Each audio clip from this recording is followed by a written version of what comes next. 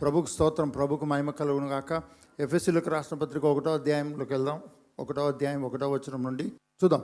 ఎఫెసీయులకు రాసిన పత్రిక 1వ అధ్యాయం 1వ వచనం నుండి, దేవుని చిత్తం వలన క్రీస్తు యేసు అపోస్తలుడైన పౌలు ఎఫెసీలోనున్న పరిశుద్ధులను క్రీస్తు యేసునందు విశ్వాసులైన వారికి శుభమని చెప్పి వ్రాయినది. తర్వాత రెండవ వచనం, తండ్రి అయిన దేవుని నుండి ప్రభు అయిన యేసుక్రీస్తు నుండి మీకు కృపయు సమాధానమును కలుగునుగాక.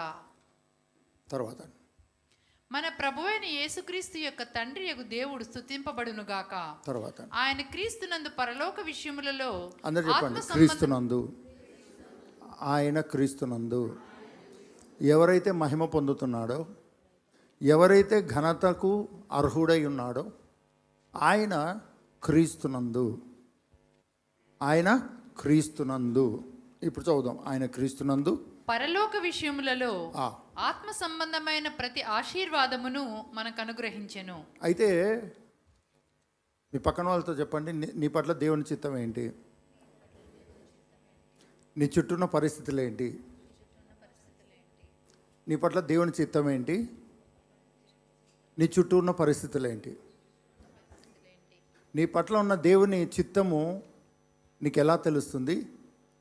లేకుంటే నీ పరిస్థితులు నీకు ఎలా తెలుస్తున్నాయి? నీ చుట్టూ ఉన్నటువంటి పరిస్థితులు నీకు ఎలా అర్థమవుతున్నాయి? లేకపోతే దేవుని ప్లాన్ నీ పట్ల ఏమైందో నీకు ఎలా అర్థమవుతుంది? ఈ రెండింటి మధ్యలోనే మన జయ జీవితం ఆధారపడి ఉందండి. ఈ రెండింటి మధ్యలో మనం ఫలవంతమైన జీవితం ఆధారపడింది. ఈ రెండింటి డిఫరెన్స్ అనేది నీకు అర్థమవుతుంటే దాన్ని డివైడ్ చేసి నువ్వు కనుక జీవించడానికి మొదలు పెడితే 100% గ్యారంటీ నీవు success to success, glory to glory వెళ్తావు. అటువంటి జీవితాన్ని దేవుడు మన కొరకు ఏర్పాటు చేశాడు. నీ చుట్టూ ఉన్న పరిస్థితులు నీకు ఎలా అర్థమవుతున్నాయి?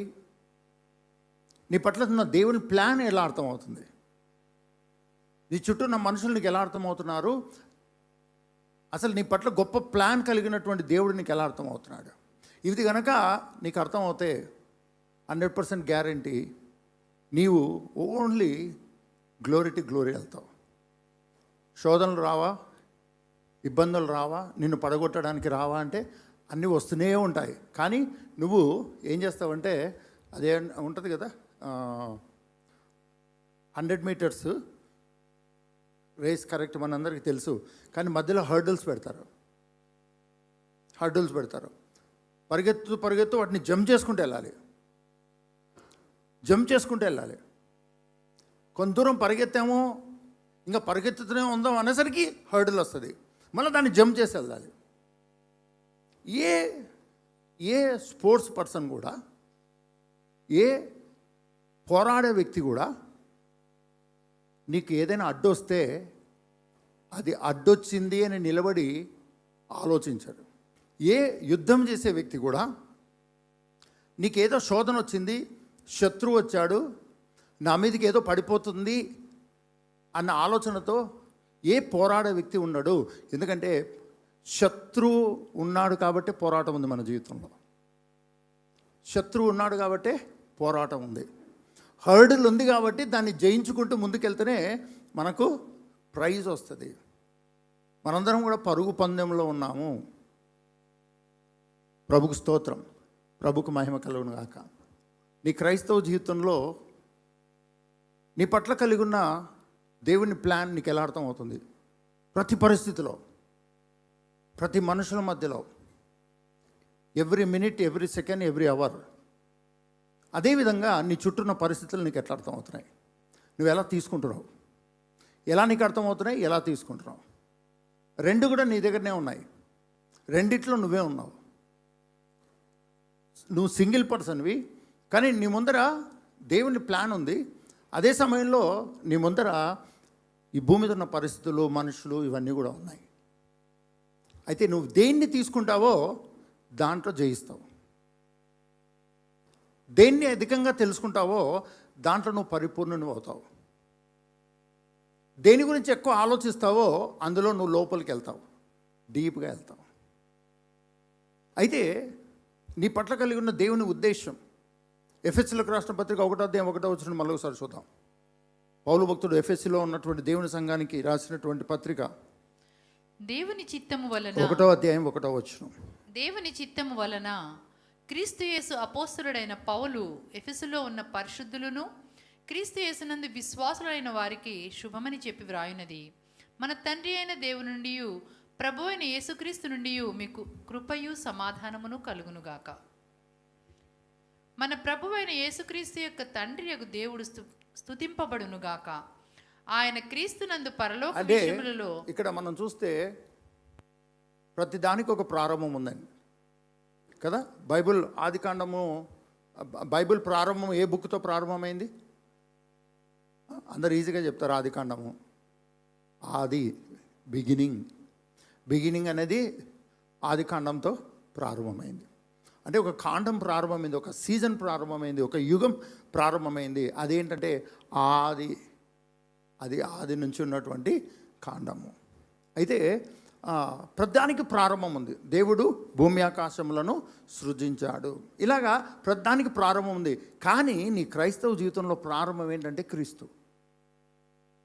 నీ క్రైస్తవ జీవితంలో ప్రారంభం ఏంటంటే క్రీస్తు. నీ క్రైస్తవ జీవితంలో సృష్టికర్త ఒక్కడు లేడు. నీ క్రైస్తవ జీవితంలో ఒక్క పరిశుద్ధుడు ఒక్కడు లేడు. నీ క్రైస్తవ జీవితంలో జయము అన్నది ఒకటే లేదు. నీ క్రైస్తవ జీవితంలో టోటల్ దేవుడు ఉన్నాడు. నీ క్రైస్తవ జీవితంలో సృష్టికర్త అన్నవాడు ఒకడే ఉన్నాడు. నీకు ఏదన్నా సృష్టింపబడాలంటే ఆయన మాత్రమే సృష్టికర్త. ఇంకా మిగిలిన ఏరియాలో సంబంధం లేదు. ఇలాంటి జీవితం కాదు నీది. సృష్టింపబడాలి ఇది అన్నప్పుడు సృష్టించడానికి సృష్టికర్త ఒకడే. అది కాదు క్రైస్తవ జీవితం. శత్రువు వచ్చినప్పుడు శత్రువును జయించడానికి కావాల్సిన సామర్థ్యము ఇచ్చే బలవంతుడు. కేవలం బలవంతుడు మాత్రమే నీ జీవితంలో లేడు. టోటల్గా దేవుడు ఏమై ఉన్నాడో అదంతట్లో నువ్వు నీ క్రైస్తవ జీవితము ప్రారంభమైంది. మీ పక్కలో చెప్పండి, యేసయ్యలో నీ జీవితం లేదు, క్రీస్తులో నీ జీవితం ఉంది. రక్షకుడు నీ జీవితాన్ని రక్షించి దేవునితో సమాధానపరిచి దేవునిలాగా ఉండునట్లుగా నీకు క్రీస్తు జీవితం ఇవ్వబడింది. మరొకసారి నేను చెప్తాను. రక్షకుడు నిన్ను రక్షించి దేవునితో సమాధానపరిచి నువ్వు దేవునిలాగా ఉండునట్లుగా నీకు క్రీస్తునందలి జీవితము ఇవ్వబడింది. నీ అనుదిన జీవితము క్రీస్తుతో ప్రారంభించబడింది. ఇది గాడ్స్ ప్లాన్, దేవుని ప్రణాళిక, దేవుని ఉద్దేశం. నువ్వు పరిశుద్ధునిగా ఉండడం దేవుని చిత్తం కాదు, నువ్వు క్రీస్తులో ఉండడం దేవుని చిత్తం. పరిశుద్ధత అందులోనే ఉంది. నువ్వు జయించడము అన్నది దేవుని మెయిన్ ప్లాన్ కాదు, నువ్వు క్రీస్తులో ఉండడము దేవుని ప్లాన్. ఎందుకంటే జయ జీవితం అందులోనే ఉంది. నీవు తలగా ఉంచబడడం అన్నది దేవుని ప్లాన్ కాదు, అదొక్కటే దేవుని ప్లాన్ కాదు. నువ్వు క్రీస్తులో ఉండడము దేవుని ప్లాన్, దేవుని చిత్తం. నువ్వు బిజినెస్ చేయడము, నువ్వు జాబ్ చేయడము, నువ్వు మంచి చదువులు చదవటం, ఇవన్నీ దేవుని ప్లాన్లు కరెక్టే. కానీ నువ్వు క్రీస్తులో ఉండడము వలన వీటన్నిటిలో నువ్వు జయిస్తావు. ఇది అర్థమైనటువంటి పౌలు భక్తుడు ఫిలిప్పీలకు రాసిన పత్రిక 4వ అధ్యాయం 13వ వచనంలో చెప్తూ ఉన్నాడు. చూద్దాం. ఫిలిప్పీలకు రాసిన పత్రిక 4వ అధ్యాయము 13వ వచనం. నన్ను బలపరచువాని అందే నేను సమస్తమును చేయగలను. పౌలు భక్తుడు మొట్టమొదటినే ఈ విషయాన్ని గమనించలేదండి. మొట్టమొదటినే ఈ విషయాన్ని గ్రహించలేదు. స్లోగా అర్థమైనటువంటి విషయం ఏంటంటే, ఆయన నన్ను బలపరచడానికి ఆయన యందలి జీవితం నాకు ఇవ్వబడింది, దాని ద్వారా నేను సమస్తమును చేయగలను. అది ఆత్మీయమైన సంగతులు, ఆర్థిక సంబంధమైన సంగతులు, కుటుంబ జీవితము, ఈ భూమి మీద ఏమేమి ఉంటాయో, పరలోక సంబంధమైన ఏమేమి ఉంటాయో వాటన్నిటిని చేయడానికి ఆ జీవితం నీకు ఇవ్వబడింది. ఆ బలపరిచే జీవితం నీకు ఇవ్వబడింది. సపరేట్గా నీకేమి ఇవ్వబడలేదు. అందుకనే ఆయన క్రీస్తునందని ఎఫెసీయులకు రాసిన పత్రికలు మనం చదువుతున్నాం. ఇది నీ క్రైస్తవ జీవితంలో దేవుని ప్లాన్. నా పట్ల దేవుని చిత్తం ఏంటి అని కనుక నువ్వు దేవుని అడగాలంటే ప్రభువా, ఆల్రెడీ నీ చిత్తమైన జీవితంలోకి నీవు నన్ను నడిపించినందుకు కోట్లాది వందనాలని అనుదినం స్తుతులు చెల్లించాలి. దేవుని ప్లాన్ నీ పట్ల ఏంటి అంటే ఇదొక ప్లాను, అదొక ప్లాను, ఇంకొక ప్లాను, దీని కొరకు ఇంకొక ప్లాను, ఇవి ప్లాన్లన్నీ కూడా పక్కన పెడితే అసలు క్రీస్తునందు నీకు దైవిక జీవితం ఇవ్వబడింది అన్న ప్లాన్ నీ జీవితంలో సక్సెస్ అయింది. ఆ సక్సెస్ అయిన ప్లాను ఎటువంటి ప్లానో తెలుసా? నువ్వు ఈ భూమి మీద చేయాల్సిన ప్రతి దాని కొరకు నిన్ను స్ట్రెంథన్ చేసి నీ శక్తి చాలకపోతే ఆయన శక్తినిస్తూ, ఆయన బలమునిస్తూ, ఆయన జీవమునిస్తూ, ఆయన సంతోషంనిస్తూ, ఆయన ఆనందంనిస్తూ, ఆయన పరిశుద్ధతనిస్తూ, ఆయన వివేకంనిస్తూ, ఆయన అండర్స్టాండింగ్నిస్తూ, ఆయన శక్తి సామర్థ్యాలనిస్తూ ఈ భూమి మీద సమస్తమును చేయగలిగిన వ్యక్తిగా. అంటే దేవుడే సమస్తాన్ని ఎలా చేస్తాడో, ఆదియందు దేవుడు భూమి ఆకాశంలో సృష్టించను. ఉట్టి భూమినా ఉట్టి ఆకాశాన్న పెద్ద ప్యాకేజ్ అండి అది. అది సంఘానికి అర్థం కావాలి. ఈరోజు దేవుడు సృష్టించిన సృష్టిలో దేవుడు పెట్టి చేసినటువంటిది సంఘానికి కనుక అర్థమవుతే రిచ్ పీపుల్ రైజ్ అవుతారండి, బిజినెస్ పీపుల్ రైజ్ అవుతారు, కంపెనీస్ ఎస్టాబ్లిష్ చేస్తారు, హల్లెలూయా, ఎంప్లాయర్గా మార్చబడతారు. ఒక ఎంప్లాయీగా ఉండాల్సినటువంటి వ్యక్తి ఎంప్లాయర్గా మార్చబడతాడు. దానికి కారణం ఏంటో తెలుసా అండి? మన భక్తి కాదు, మన శక్తి కాదు, క్రీస్తునందలి జీవితం. హల్లెలూయా. మనం ఎక్కడో ఏదో ఒక దాంట్లో స్ట్రక్ అయి ఉంటాం. ఏదో ఒకటి నా జీవితంలో నేను చెయ్యాలి, ఏదో సాధించాలి, ఏదో ప్రారంభించాలి అన్న లిమిటెడ్ థింగ్తో మన జీవితాన్ని ప్రారంభిస్తాం. కానీ రాను రాను రాను రాను రాను రాను పరిశుద్ధాత్ముడు నిన్ను బలపరచే కొద్దీ, క్రీస్తునందలి అభిషక్తుని అందలి జీవితం నిన్ను బలపరచే కొద్దీ నువ్వు ఎలా తయారవుతావు అంటే నీ ఆలోచన విధానం చాలా మారిపోతుందండి.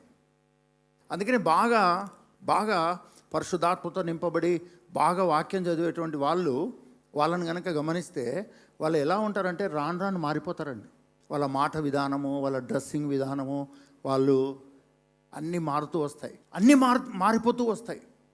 దానికి రీజన్ ఏంటి అంటే ఒక అభిషక్తుని జీవితం నీలో పనిచేస్తుంది.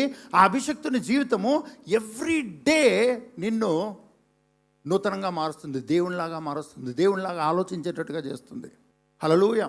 నీ పట్ల దేవుని ప్లాన్ ఏంటి అంటే నువ్వు క్రీస్తునందు ఉండడము అన్న దైవికమైన ప్లాన్లోకి నువ్వు వచ్చేసావు. దాన్ని సెలబ్రేట్ చేయడమే నీ వంతు.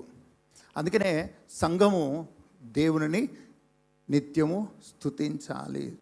మనం ఏదో ఒక పరిస్థితి, ఏదో ఒకటి మనల్ని అటాక్ చేస్తుంటుంది. మనం కూడా ఏం చేయాలంటే దాన్ని వదలకూడదు. అలాగా అటాక్ జరుగుతున్న టైంలో మా అమ్మ కొరకు నేను 117వ కీర్తన చదివేవానండి. అది కూడా ఇంట్రెస్ట్లో కాదు, చిన్న వచనం, ఒకటే వచనం ఉంటుంది కదండి. ఎవరన్నా బ్యాచ్ వాళ్ళు ఉన్నారా? నా బ్యాచ్ వాళ్ళు 117వ కీర్తన బ్యాచ్ ఉందా?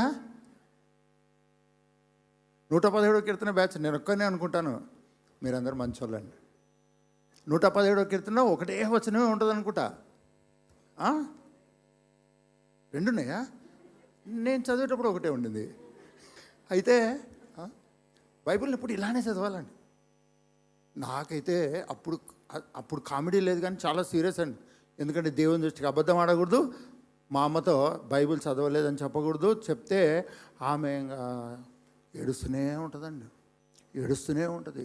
నేనేదో దొంగతనాలు చేసి, మర్డర్లు చేసి, గజ దొంగనై తిరుగుతుంటే మా అమ్మ ఎందుకు ఇలా చెడిపోతున్నావు అన్నట్టుగా ఇంకా అది భరించలేం మనం. అది యవనస్తులకే అర్థమవుతుందండి. భక్తిపరులైన తల్లుళ్ళు ఉంటే మరీ ఛాందసం ఎక్కువ అండి. మహాభక్తి మామూలు భక్తి కాదండి. ఆ భక్తితోనే చంపేస్తారండి. యవనస్తుల జీవితం భక్తితోనే చంపేస్తారండి. బైబిల్ చదివావా ఈరోజు? ఏదో ఇంటికి ఫోన్ చేస్తారండి. అమ్మా తిన్నావా అని అడుగుదామని ఫోన్ చేస్తారండి. ఈరోజు చర్చికి వెళ్ళావా? ఈరోజు బైబిల్ చదివావా? ఈరోజు అనేసరికి ఆల్రెడీ పోయిండరండి.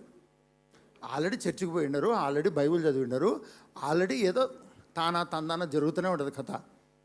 అటువంటి తల్లులు ఫోన్ చేసి పోయావా, వచ్చావా, చేసావా, వెళ్ళావా అని అన్నాం అనుకోండి, ఒళ్ళు మండిపోదా? ఇది యవనస్తుల కొడుకుల్లో మాట్లాడాల్సిన విషయాలండి. కానీ ప్రభుకు స్తోత్రం, మా అమ్మ పెట్టిన టార్చర్కు తట్టుకోలేక బైబిల్ చదవడం నేర్చుకున్నాను. అది కూడా 117వ కీర్తన. నేను అలా పేపర్ తిప్పుకుంటూ పోతుంటే ఒకసారి 119వ కీర్తన కనపడిందండి. పెద్ద పర్వతం అది. 119వ కీర్తన హిమాలయాల పర్వతానికి 100 రెట్లు ఎక్కువ. అది ఏంటంటే ఒకటే 119 దగ్గర స్టార్ట్ చేసామనుకోండి, దగ్గర దగ్గర 175 ఎన్నో వచనాలు ఉన్నాయి. చూడండి ఒకసారి, ఒకసారి చూడండి. ఒక్కొక్కరు ఒక లెక్క చెప్తున్నారు. నాకు బాగా గుర్తుందండి, ఎందుకంటే కొండలు బాగా ఎక్కి దిగినోడిని. అయినా దేవుని వాక్యం ఏం చెప్తుంది? లోయలను ఏం చేస్తున్నాడు? ఊరుస్తా అన్నాడండి. పర్వతాలను ఏం చేస్తున్నాడు? చదును చేస్తున్నాడండి. ఇప్పుడు చెప్పండి, కొండలు ఎక్కడం అవసరమా? లోయలు దిగడం అవసరమా? అందుకే నేను 117 కీర్తన దగ్గర సెటిల్ అయింది నా జీవితం. ప్రభుకు స్తోత్రం. మీకు జోక్గా అనిపిస్తుంది, కానీ నాకు ఎట్లా ఉండదంటే దేవుణ్ణి పూర్తిగా దూరం దబ్బలేమండి. ప్రభు అనలేం. ఇంట్లో వాళ్ళను నోరు మూసుకో, నువ్వేం మాట్లాడద్దు అని కూడా అనలేమండి. ఈ రెండింటి మధ్యలో సమన్వయం చేయాలంటే, సమాధానపరచేయాలంటే ఏం చేయాలంటే, ఎవరు ముందర చేసే పనులు వాళ్ళు ముందర చేస్తే అయిపోయారు. 2 వీలర్ మీద మేము పరిచర్యకి వెళ్ళే వాళ్ళము. 200 కిలోమీటర్స్ 300 కిలోమీటర్స్ పరిచర్యకి వెళ్ళే వాళ్ళము. ఇప్పుడు ఎవరైతే ముందు కూర్చొని డ్రైవ్ చేశారో వాళ్ళందరూ పాస్టర్లు అయిపోయారు. నిజం చెప్తున్నానండి. ఒక బ్రదర్ నన్ను 2 వీలర్ మీద కర్నూలు, నందికొట్కూరు, మహబూబ్ నగర్ అన్నీ తిరిగే వాళ్ళమండి. ఇప్పుడు రహమత్ నగర్లో పాస్టర్గా ఉన్నాడండి. మీకు హల్లెలూయా అని బాగానే అంటారండి. బై డిఫాల్ట్ ఏంటో తెలుసా అండి? సేవ అనేది అంటువ్యాధి లాంటిది. పిలుపు అనేది ఘోరమైన అంటువ్యాధి లాంటిదండి. అలా పోల్చడం చాలా తప్పు, కానీ ఆ సేవకునితో ఎవరైతే తిరుగుతారో 100% గ్యారంటీ. ఇంకో బ్రదర్ ఉన్నాడండి. ఆ బ్రదరు 2 వీలర్ మీద ఎక్కించుకుని పోయేవాడండి. తర్వాత కార్లో తిప్పేవాడండి. ఇప్పుడు ఆయన కూడా పాస్టర్ అయిపోయాడండి.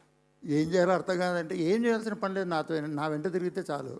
నేను నిద్రపోతుంటే నువ్వు మెలుకొని ఉండు, అంతే, నువ్వు పాస్టర్ అయిపోతావు. యాక్చువల్లీ నేను 2 మాటలు చెప్పకూడదు అనుకుంటానండి, కానీ ఎందుకో కొంతమందిని చూస్తే 117 కీర్తన గుర్తొస్తుంది. అట్లీస్ట్ ఏదో ఒక మిస్టేక్ చేతనైనా విషయం తాగితే చచ్చిపోరా. బై మిస్టేకో కావాలనో విషయం తాగితే చచ్చిపోరా. ఇంట్రెస్ట్ ఉన్నా ఇంట్రెస్ట్ లేకపోయినా దేవుని వాక్యం చదివితే దేవునిలాగా మార్చబడమా? విషయానికి పవర్ ఎక్కువ ఉందా? వాక్యానికి ఎక్కువ పవర్ ఉందా? ఏ మిష చేతనైనా దాన్ని తగిలియాలండి. జిల్లెడాకనే ఉంటుందండి. అలాగే ఎవరి చెంప మీదనైనా నువ్వు ఎంత అందంగా ఉన్నావు అని కానీ అన్నం అనుకోండి, గీరి ఇట్లా వాచిపోతుందండి. విపరీతమైన జిల్ల వచ్చేస్తుందండి ఆ ఆకు తగలంగానే. దేవుని సృష్టి అయినటువంటి ఒక ఆకు తగిలితే దాని పవర్ చూపిస్తే మీరు ఇంట్లో పాలు కాంచి పాలను బాయిల్ చేసినా చేయకపోయినా అలా మిల్క్ పెట్టి దానిపైన అలాగా పెరుగును అలా తీసుకెళ్ళండి, 1 స్పూను, అంతే, పాలు గడ్డగట్టిపోతాయండి. మీకు ఎవరికి తెలియదు, పెరుగు వాసన పాలకు తగలంగానే గడ్డగట్టిపోతాయండి. మరి దేవుని వాక్యం ఏ మిష చేతనైనానో ఒక అరవాక్యమో ఒక వచనమో నువ్వు గనక ఇంట్రెస్ట్ ఉండి ఇంట్రెస్ట్ లేకపోయినా, గుడ్డో మెల్లనో అంటుంటాం కదా, లాభమో నష్టమో ఏదో ఒక వాక్యాన్ని వేసుకుంటూ పోయినాం అనుకోండి, ఒక రోజుకు నువ్వే పెద్ద బోధకును అయిపోతావండి. నువ్వే శక్తిమంతును అయిపోతావు. మొన్న ఒక సిస్టరు వాళ్ళ అబ్బాయి గురించి ఒక పెద్ద కంప్లైంట్ చేసిందండి. సరే సిస్టర్, మీరు ఇంత పెద్ద కంప్లైంట్ చేశారు కాబట్టి నేను తల మీద చేసి ఖచ్చితంగా గట్టిగా ప్రార్థన చేస్తానని ఆమె చెప్పింది తప్ప మిగతా వాటి గురించి అన్నిటి ప్రేయర్ చేశానండి. ఆ పిల్ల నా ఫ్రెండ్ అయిపోయాడు. ఎందుకో తెలుసా అండి? ఎవరు మారుతాడు? మీ పక్క వాళ్ళని అడగండి, ఎవడు మారుతాడు చెప్పండి? ఎవడన్నా మారుతాడా? ఎవరన్నా మారుతారా అండి? ఎవరు మారరు. ఏదో ఒకటి నిన్ను మార్చాలి, ఏదో ఒక ప్రభావం నిన్ను మార్చాలి. ఈరోజు నీ చేతిలో ఉన్న ప్రభావమే దేవుని వాక్యము. కాబట్టి చిన్నదో పెద్దదో ఇట్లా తీసి చదువుతామో, లాస్ట్ నుంచి చదువుతామో, రివర్స్లో చదువుతామో, అడ్డం పెట్టుకొని చదువుతామో, ఎట్లన్నా కానీ, ఏ మీస చేతనైనా కానీ ఒక ఫజిల్ లాగా ఒక గేమ్ లాగా ఎట్లా. కానీ దేవుని వాక్యం నీలోకి వెళ్ళాలి, నీ కళ్ళు చూడాలి, నీ చెవులు వినాలి, నీ హృదయంలోకి తాకాలి. విషయం ఎంత తాగితే చచ్చిపోతారు? నాగుపాము నోట్లో నుంచి తీసిన విషయము గ్లాస్లో పోసుకొని 1 లీటర్ తాగితే చచ్చిపోతారండి. మన రీసెంట్గా నేను న్యూస్లో చూశాను, గడ్డి చచ్చిపోవడానికి మందు కొడతారు కదా, దాన్ని బ్యాన్ చేస్తున్నారంటండి. ఎందుకంటే గడ్డికి స్ప్రే చేయకుండా వాళ్ళు తాగుతున్నారంట, తాగి చచ్చిపోతున్నారంటండి. మనిషి జీవితం మీద ప్రతిదీ ప్రభావితం చేయడం కనపడుతుంది. కానీ నీ క్రైస్తవ జీవితంలో దేవుని వాక్యం నిన్ను ప్రభావితం చేస్తుంది. ఎంత చేంజ్ అనేది నీలో తీసుకొస్తుంది, ఎంత ప్రభావితం చేసేటువంటి దేవుని వాక్యం. హల్లెలూయా. ప్రభావము, విక్టరీ, ప్రాస్పెరిటీ, జయించడము, పరిశుద్ధంగా జీవడం తర్వాత కథ. మీ పక్కలతో చెప్పండి, నువ్వు ఎట్లన్నా ఉండు. అందుకని సినిమాలు చూసి అలవాటు ఉన్న వాళ్ళకు నువ్వు సినిమాలు మానమని అస్సలు చెప్పను. చూసుకుంటుండు. సీరియల్స్ చూస్తుంటే సీరియల్స్ చూస్తూనే ఉండు. నేను క్రికెట్ ఆడతా, నేను అక్కడ వెళ్తా, ఇక్కడ వెళ్తా అంటే వెళ్తూనే ఉండు. ఎందుకంటే అవి నిన్ను ప్రభావితం చేస్తున్నాయి. నేనేమంటానంటే అన్ని చోట్లకి వెళ్ళు, అన్నీ చేయి. ఒక్క నిమిషం మీ ఇంట్లో గోడ మీద ఉన్న వాక్యం ఏమి ఉంది ఇది అని ఒక్క నిమిషం ఆలోచించు. 1 సెకండ్. దేవుడు వెలుగు కలుగును గాక అనగానే ఆలస్యం ఉందా? ఒక్క వర్డ్, 1 వర్డ్, లోకమంతా వెలిగింపబడింది. లోకం ఎక్కువనా నువ్వు ఎక్కువనా? లోకం యొక్క విశాలం ఎక్కువనా నీ యొక్క విశాలం ఎక్కువనా? లోకం యొక్క లోతు ఎక్కువనా నీలో ఉన్న లోతు ఎక్కువనా? లోకమంతటికి ఒక్క మాట, మీ పక్కలు చెప్పండి, ఒక్క మాట, వెలుగు కలుగును గాక. వెలుగు కలిగాను ఎక్కడ? మరి ఒక్క వర్డ్, ఒక్క సెకండ్లో నేను వెలిగించలేదా? నిన్ను జీవనంలోకి తీసుకురాలేదా? అందుకని నువ్వు దేనికి అలవాటు పడతావో అలవాటు మానొద్దు. నువ్వు బలవంతంగా దేవుని వాక్యాన్ని బలవంతంగా చూడడం నేర్చుకో, బలవంతంగా చదవడం నేర్చుకో. వీలైతే గట్టిగా కేకలేసి చదువు. 23వ కీర్తన 1వ వచనం గట్టిగా చెప్పండి. యెహోవా నా కాపరి, నాకు ఏ లోటు ఉండదు. చెప్దాం. వచ్చే వారం వరకు ఇదే కథ అండి. వచ్చే వారం అంతా కూడా ఇదే కథ. ఏంటంటే యెహోవా నా కాపరి, నాకు లేమి కలుగుతాం. యెహోవా నా కాపరి, నాకు లోటు ఉండదు. యేసుక్రీస్తునందు నేను నూతన జన్మానుభవం కలిగి ఉన్నాను, నాకు లోటు ఉండదు, నాకు ఇది ఉండదు, నాకు నష్టం ఉండదు, నాకు బాధ ఉండదు, నాకు దుఃఖం ఉండదు. నేను క్రీస్తునందు ఉన్నాను, నేను బాప్తిసం పొందాను, క్రీస్తులోనికి బాప్తిసం, క్రీస్తుని నేను ధరించుకున్నాను, నాకు ఏమి లోటు ఉండదు, నేను పడిపోవడం ఉండదు. అనడమే 3 సినిమాలు చూడడమే, అనడమే, తిట్టడమే. ఏది బలంగా పనిచేస్తుందో అదే మన జీవితాన్ని ప్రభావితం చేస్తుంది. నా ధైర్యం ఏంటంటే మన క్యారెక్టర్ కాదండి, నా ధైర్యం ఏంటంటే దేవుని క్యారెక్టర్, దేవుని అభిషేకం. ఆత్మయు జీవమై ఉన్న వాక్యము నిన్ను అన్నిటికంటే శక్తివంతంగా ప్రభావితం చేయునది. అట్లనే సినిమాలు అమ్మా నేను సినిమాల యొక్క బలం ఏంటో నాకు తెలియదు, ఇప్పటి నుంచి పాస్టర్ గారు చెప్పారు కాబట్టి నేను రోజుకు 3-4 గంటలు చూడాల్సిందే. గమనించండి, నువ్వు కొత్తగా ఏదో అలవాటు చేసుకోవద్దు. ఆల్రెడీ ఉన్న అలవాట్లే చాలండి మనం కొంప ముంచడానికి. ఉన్న అలవాట్లే చాలండి, ఇంకా కొత్త అలవాట్లు ఎందుకండి మనకి? అవునా కాదా? ఆల్రెడీ మనము ప్రభావితం చేయబడుతున్నాం, అన్నిటితో ప్రభావితం చేయబడుతున్నాం. కానీ ఇక్కడ ఏది నువ్వు మానుకోవడానికి ప్రయత్నం చేయొద్దు. నువ్వు మానుకోవాలనుకున్న ప్రతిసారి లోతుల్లోకి వెళ్తావు. నీళ్ళలో ఉన్న వ్యక్తి బయటికి రావడానికి ప్రయత్నం చేసిన ప్రతి ప్రయత్నము ఆ వ్యక్తిని లోపలికే తీసుకెళ్తుంది. కానీ ప్రభుకు స్తోత్రం, ప్రభుకు మహిమ కలుగును గాక. కొంచెం దేవుని వాక్యం, కొంచెమే దేవుని వాక్యం, ఒక్క వచనమే. ఇది బాగా చదివే వాళ్ళ గురించి, బాగా ఆసక్తి పరుల గురించి నేను మాట్లాడట్లేదండి. ఎంతటి ఆసక్తి పరులైనా ఒక్కొక్క టైంలో కృంగిపోతారండి, దేనికొంతవరకు చిక్కిపోతారు. ప్రభుకు స్తోత్రం, ప్రభుకు మహిమ కలుగును గాక. నన్ను బలపరచమని అందే నేను సమస్తమును చేయగలను. ఒకటి చేయడానికి చేత కావట్లేదు. ఇది ఇక్కడ ఒకటి చేయడానికి చేత కావట్లేదండి. పలికేటువంటిది సమస్తము. ఎవరు నన్ను బలపరుస్తున్నారు? నన్ను బలపరచువాని యందు నేను సమస్తము చేయగలను. నన్ను బలపరచువాని యందు నేను సమస్తమును చేయగలను. నా సొంత శక్తితో నేను సమస్తాన్ని పోగొట్టుకోగలను. నా సమస్తం నన్ను నేను బలపరచుకోవడం ద్వారా, నా సొంత ప్లాన్, నా సొంత ఆలోచన ద్వారా, నా సొంత కోరికల ద్వారా నేను అన్ని పోగొట్టుకోవచ్చు. కానీ నన్ను బలపరచువని యందు నేను సమస్తమును చేయగలను. ఈ వాక్యం యొక్క ప్రభావము మనలను అత్యున్నతమైన స్థితిలోకి తీసుకొని వస్తుంది. మీ పక్క వాళ్ళు చెప్పండి, నువ్వు బాప్తిసం పొందావా, నువ్వు నన్ను ప్రేమిస్తున్నావా అని పేతురుని అడిగాడండి యేసయ్య. ఒకసారి అడిగాడు, బాగానే ఉంది. రెండోసారి అడిగాడు, బాగానే ఉందండి. మూడోసారి అడిగేసరికి పేతురు ఒళ్ళు మండిపోయిందండి. ఏం ప్రభువా, ఇన్ని రోజులు కలిసి తిరుగుతుంది, నా ప్రేమ నీకు తెలియదా?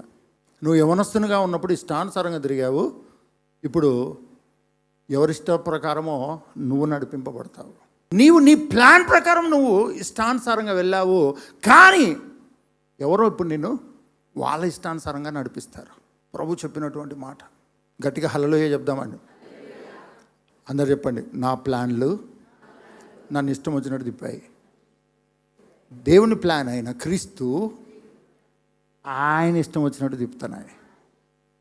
హల్లెలూయా. ఈ సైకాలజీ, ఈ థింకింగ్, ఈ ఆలోచన నిన్ను ఎంత బలమైన దాంట్లో ఇరుక్కున్నా అందులో నుంచి సింపుల్గా నిన్ను బయటికి తీసుకొస్తుందండి. హల్లెలూయా. ప్రభుకు స్తోత్రం, ప్రభుకు మహిమ కలుగును గాక. కొండొచ్చి మీద పడిందని భయపడిపోతున్న టైంలోనే ఏది నాకు ఎంత మాత్రం హాని చేయదు అన్న ఒక వాక్యం చాలు, కొండ కాస్త గాలిలో కొట్టుకుపోవడానికి. దేవుని వాక్యము, క్రీస్తునందలి జీవితము డైరెక్ట్గా నీకు 1, 2, 3, 4 కాదు, అసలు టోటల్గా దైవిక జీవితమే నీకు సంపూర్ణంగా నీకు ఇవ్వబడింది. అందుకనే క్రొత్త నిబంధన చాలా శక్తివంతమైనది. పాత నిబంధనలో నీ సొంత శక్తి వాడుకోవాలి, నీ సొంత జ్ఞానం వాడుకోవాలి, నీ సొంత సామర్థ్యాన్ని వాడుకొని నువ్వు దేవుని దృష్టికి యోగ్యునిగా బతకడానికి ప్రయత్నం చేయాలి. అది నా వల్ల కాదు అని నీకు తెలిసినా నువ్వు ప్రయత్నం చేస్తూనే ఉంటావు, ఫెయిల్ అవుతూనే ఉంటావు. అప్పుడు క్రొత్త నిబంధన చేశాడు దేవుడు. ఆ నిబంధన ప్రకారము నువ్వు చేయడానికి దేవుడు సామర్థ్యం ఇస్తాడు కాదు, అసలు నువ్వే లేకుండా దేవుడే వచ్చి నివసించినట్లుగా నీ క్రైస్తవ జీవితం ఇవ్వబడింది. ఇది ఫస్ట్ దేవుని ప్లాన్ అండి. ఇది బెస్ట్ దేవుని ప్లాన్. ఈ దేవుని ప్లాన్ను నువ్వు కరెక్ట్గా అర్థం చేసుకుంటే నీ చుట్టూ ఉన్న మనుషులు, నీ చుట్టూ ఉన్న పరిస్థితులు నీవు డివైడ్ చేసుకొని జీవిస్తావు. వాటిని పక్కన పెట్టి జీవించడం మొదలు పెడతావు. వాటిలో నువ్వు ఇరుక్కుపోవు. వాటిలో నుంచి నువ్వు సులభంగా ఎప్పటికప్పుడు బయటకు వస్తుంటావు. ఎందుకంటే ఒకే ఒక నాలెడ్జ్, ఒకే ఒక ప్రత్యక్షత, ఒకే ఒక అవగాహన, ఒకే ఒక అండర్స్టాండింగ్. అదేంటంటే నువ్వు క్రీస్తునందు ఉన్నావు, క్రీస్తునందు ఉన్నావు. చాలాసార్లు మనకున్నటువంటి ఒక అర్థం కానిటువంటి విషయం ఏంటంటే, క్రీస్తులోకి వచ్చి నేను శ్రమ పడుతున్నాను, యేసుక్రీస్తు నమ్మినందుకు నేను శ్రమలు, శోధనలు, ఇబ్బందులు ఎదుర్కొంటున్నాను, యేసుప్రభు నమ్మినందుకు నేను అందరినీ వదిలిపెట్టాల్సి వస్తుంది, యేసుప్రభు నమ్మినందుకు నేను లోకం పోతున్నట్లుగా నేను పోలేకపోతున్నాను, యేసుప్రభు నమ్మినందుకు నేను ఇంత కఠినంగా ఉండాల్సి వస్తుంది, యేసుప్రభు నమ్మినందుకు నేను ఇది చేయకూడదు, యేసుప్రభు నమ్మినందుకు ఇది చేయకూడదు అని చాలాసార్లు ఒక టయానికి వచ్చి కూర్చొని మనం ఆలోచిస్తాము. ఏం చేయకపోతే ఎందుకు బతకడం, ఏమి చేయకపోతే ఎవరిని కలవకూడదు అనుకుంటే ఇంకా బతకడం ఎందుకు, యేసుప్రభు నమ్మి చచ్చిపోతే అయిపోతుంది కదా అన్న దాంట్లోకి వచ్చేస్తామండి. అసలు లోకంలో ఉండే క్రైస్తవుడు ఆలోచించే ఆలోచన ఏంటో తెలుసా అండి? అసలు క్రీస్తు నమ్మిన తర్వాత నేను లోకంలో ఉండడం వేస్ట్ అన్న కాన్సెప్ట్లోకి వచ్చేస్తాడండి. ఎందుకంటే నువ్వు నలుగురు మధ్యలో ఉంటే, నువ్వు ఒక క్రైస్తవునిగా ఉండి నీ చుట్టూ ఉన్నటువంటి వాళ్ళు క్రైస్తవేతరులు అయితే వాళ్ళ మాటల్లో నువ్వు మాట్లాడలేవు, వాళ్ళతో నువ్వు ఏకీభవించలేవు. ఇప్పుడు ఆ నలుగురిని నువ్వు వదలాల్సి వస్తుంది. నువ్వు వాళ్ళకు అనుకూలంగా లేవు కాబట్టి వాళ్ళు నిన్ను ఒక మహాపురుషునిలాగా పక్కన పెడతారండి. దాంతో నువ్వు స్ట్రగుల్ అవ్వడం ప్రారంభమవుతుంది. 30 ఏళ్ళు, 35 ఏళ్ళు, 40 ఏళ్ళు వచ్చిన వ్యక్తికి ఏం పట్టింపు ఉండదండి.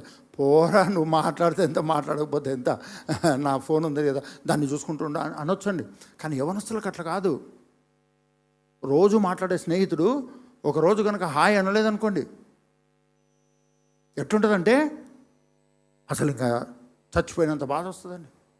వదిలే, వాళ్ళు మాట్లాడకపోతే నీకేమని తల్లిదండ్రులు ఈజీగా చెప్తారండి.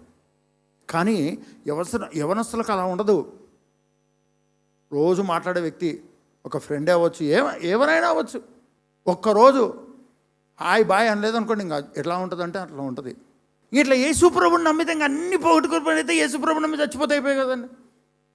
లోకంలో ఉండలేము, బంధువుల మధ్యలోకి వెళ్ళలేము, స్నేహితులు ఉండకూడదు.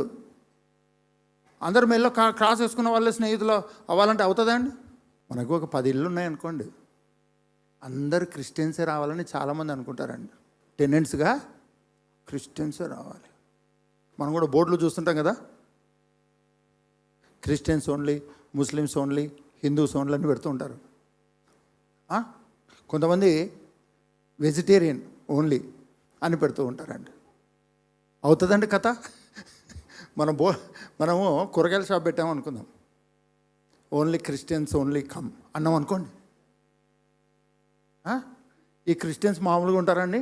వచ్చి మనం 10 రూపాయలు చెప్తే, ఏంది 10 రూపాయలు, రూపాయికి ఇవి, ప్రైజ్ ది లార్డ్ అంటారండి. బిజినెస్ అవుతుందా అండి?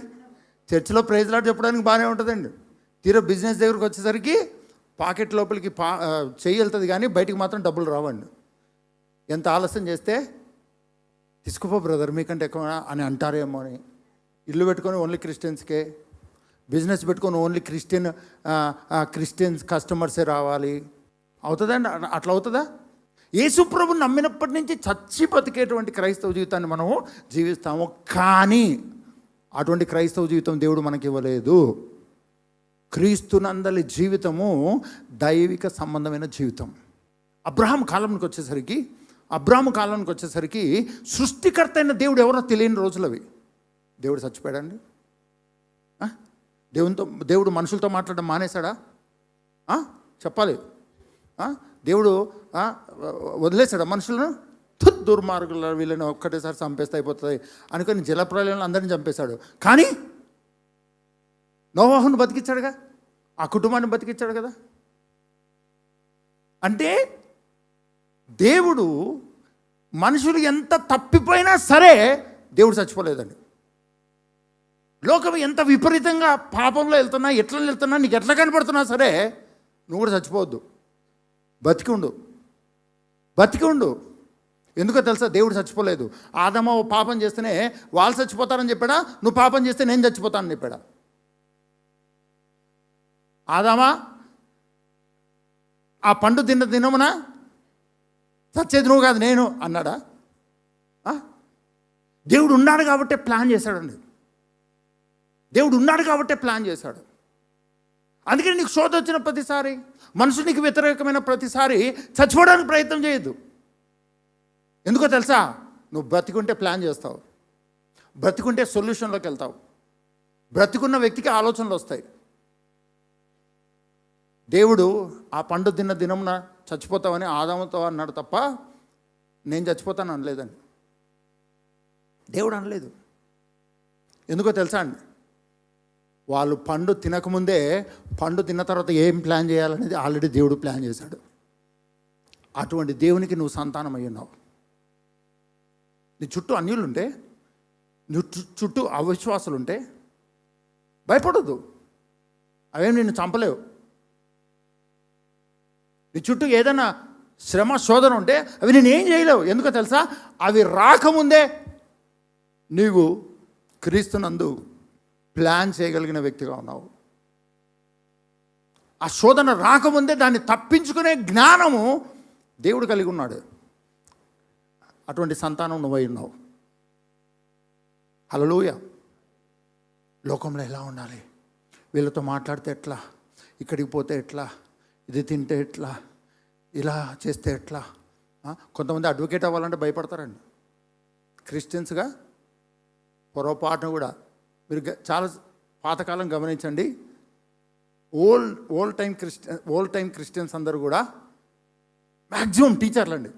మ్యాక్సిమం టీచర్లు. ఏ వృత్తిలో అయితే పోలీస్ డిపార్ట్మెంట్ చాలా తక్కువ అండి, అడ్వకేట్లు చాలా తక్కువ. ఎందుకంటే అక్కడ లంచం తీసుకోవడం ఉంటుంది రూల్ అండి. ఏమన్నా పోలీస్ వాళ్ళు లంచం తీసుకోవడం అనేది గవర్నమెంట్ రూల్ పెట్టిందా? అడ్వకేట్ అయితే అబద్ధాలు చెప్తా అనేది రూల్ పెట్టింది. రూల్ ఉందా అండి? చెప్పాలండి. నేను ఆ లా అడ్వకేట్గా నేను ప్రాక్టీస్ చేస్తున్నప్పుడు నాకు ఎంత ఫోబియా అంటే నాకు నచ్చట్లేదు నాన్న అని మా నాన్నతో చెప్పానండి. ఏం నచ్చట్లేదు అన్నాడండి. అంటే వాడు మర్డర్ చేసినాడు కూలోడని నేను బెయిల్ వేయాలంటే నాకు నచ్చట్లేదండి. ఎవడరా నువ్వు? అడ్వకేట్గా బతకాలనుకున్నావా లేదా? నీ దగ్గరకు వచ్చిన వాడు మంచోడా చెడ్డోడా ఆలోచించడానికి అలా ఉండేది. వాడు నీ దగ్గరకు వచ్చాడు, నువ్వు న్యాయం చేయాలంతే. అంతే తప్ప మంచోడా చెడ్డోడా అని ఆలోచించడానికి అది నీ వృత్తి కాదు. నీ ప్రొఫెషన్ ఏంటంటే నీ దగ్గరకు వచ్చిన వానికి న్యాయం చేయాలి. ఏ డాక్టర్ అయినా సరే ఏం పనికి మాలిన పని చేసి ఎన్ని లీటర్ల మందు తాగి రోగం తెచ్చుకున్నావు, నేను నీకు ట్రీట్మెంట్ ఇయ్యను పో అనే డాక్టర్ను డాక్టర్ అంటారు? చెప్పండి. హెచ్చరిక చేస్తారు, నువ్వుతో నేను ట్రీట్మెంట్ ఇస్తాను, నువ్వు మానుకుంటా అంటే ట్రీట్మెంట్ ఇస్తాను, అది ఓకే. కానీ ఏ వైన్ షాపులో ఎన్ని లీటర్ల మందు తాగావు, దానికి ఎంత డబ్బులు ఖర్చు పెట్టావు, నీకు అసలు బుద్ధి ఉందా లేదా, మీ అమ్మ మీ నాన్న ఎంత కష్టపడి ఉంటారు, ఇవన్నీ మాట్లాడతారండి డాక్టర్లే. మీ పక్కన చూడండి, ప్రతిదీ భయమే, ప్రతిదానికి భయమే. ఏమంటే మా దేవుడు పరిశుద్ధుడు. ఆల్రెడీ ఆ పరిశుద్ధుడు నిన్ను క్రీస్తులోనికే తీసుకుని వచ్చి ఆయనతో పాటు నిన్ను కూర్చుండబెట్టుకున్నాడు. ఇంకా దేవుడు నీ పరిశుద్ధత గురించి ఆలోచిస్తాడా? నీ పరిశుద్ధత గురించి దేవుడు ఆలోచిస్తాడా? ఆయన నీకు ఇచ్చిన పరిశుద్ధత గురించి ఆలోచిస్తాడా? మనం కూర్చున్నామా, ఆయన కూర్చోబెట్టుకున్నాడా? ప్రభుకు స్తోత్రం, ప్రభుకు మహిమ కలుగును గాక. అందుకే నువ్వు ఏం చేస్తున్నావు అనేది మానుకోవడం విషయం పక్కన పెట్టు. నువ్వు బాప్తిసం పొందిన వ్యక్తిగా, యేసుక్రీస్తు నమ్మిన వ్యక్తిగా నువ్వు ఏది మానుకోవాలి, ఏది చెయ్యాలి అన్న దానికంటే మించిన క్రీస్తునందలి జీవితం నీకు ఇవ్వబడింది. అది గాడ్స్ ప్లాన్. డైరెక్ట్గా దేవుడే, దైవిక సంబంధమైనదే, పరలోక సంబంధమైనదే. ఆ సీడ్, ఆ పుట్టుక దైవ సంబంధమైనది. అందుకని ఆ చిత్తంలో నిలబడడం మనం నేర్చుకోవాలి. ఆ దైవికమైన జీవితంలో జీవించడం మనము మొదలు పెట్టాలి. నీ చుట్టూ ఉన్న పరిస్థితులను చూసుకుంటూ ఉంటే ఏ రోజు కూడా నువ్వు బలమైన ప్రార్థన వ్యక్తి అవుతావు. యేసు రక్తం సైతాన్ వస్తుంది ప్రభా తన్ని తీసే యేసు రక్తం 24 గంటలు ఇటువంటి ప్రార్థనలో నువ్వు సూపర్గా తయారవుతావు.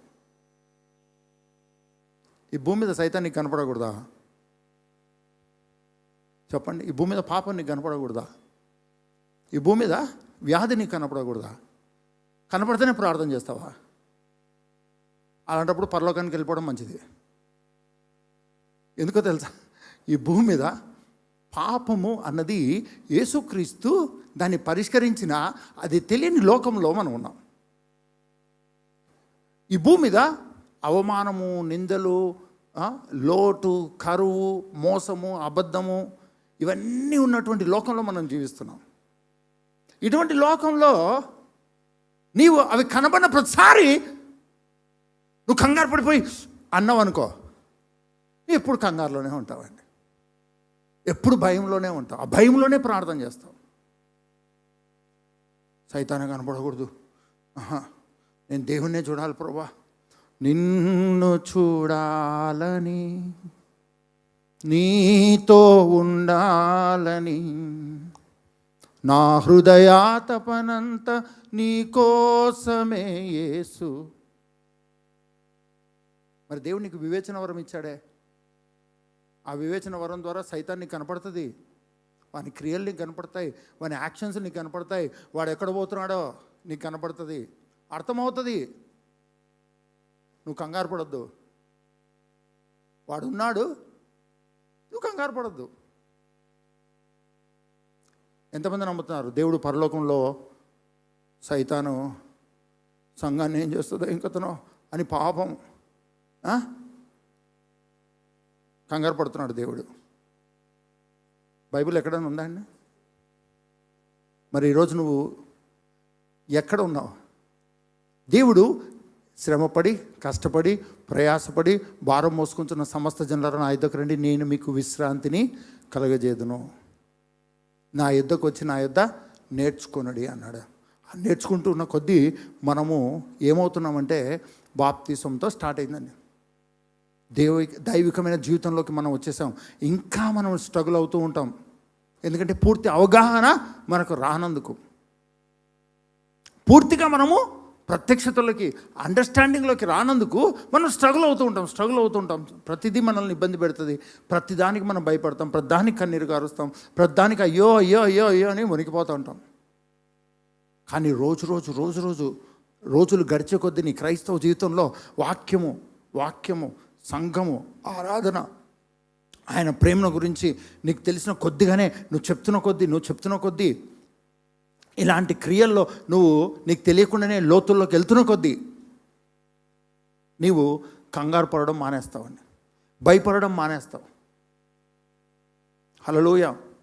ఎందుకంటే ఒక విషయం నీకు అర్థమవుతుంది. ఏంటంటే ఈరోజు నువ్వు జీవిస్తున్న జీవితము పాత నిబంధన సంబంధమైన జీవితం కాదు, క్రొత్త నిబంధన సంబంధమైన జీవితము. పాత నిబంధనమైన జీవితము మనిషి బతికున్నాడు, క్రొత్త నిబంధన జీవితం దేవుడు బతికున్నాడు. పాత నిబంధనలో బతుకున్న మనిషిలో క్రొత్త నిబంధన ప్రకారం దేవుడు వచ్చి నివసిస్తూ ఉన్నాడు అన్న విషయం నీకు అర్థమవుతుంది. రాను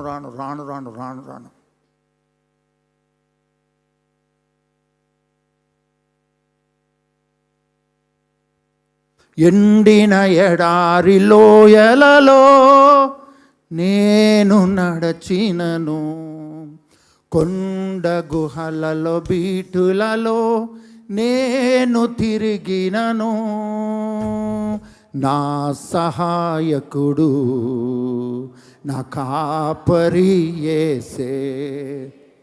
మీ పక్క వాళ్ళతో చెప్పండి, నువ్వు యేసుప్రభు నమ్మిన తర్వాత అందరు నువ్వు ఆధారం అనుకున్న వాళ్ళందరూ నీకు దూరం ఎందుకు అవుతారో తెలుసా? దేవునికి ఆధారం ఎవరు?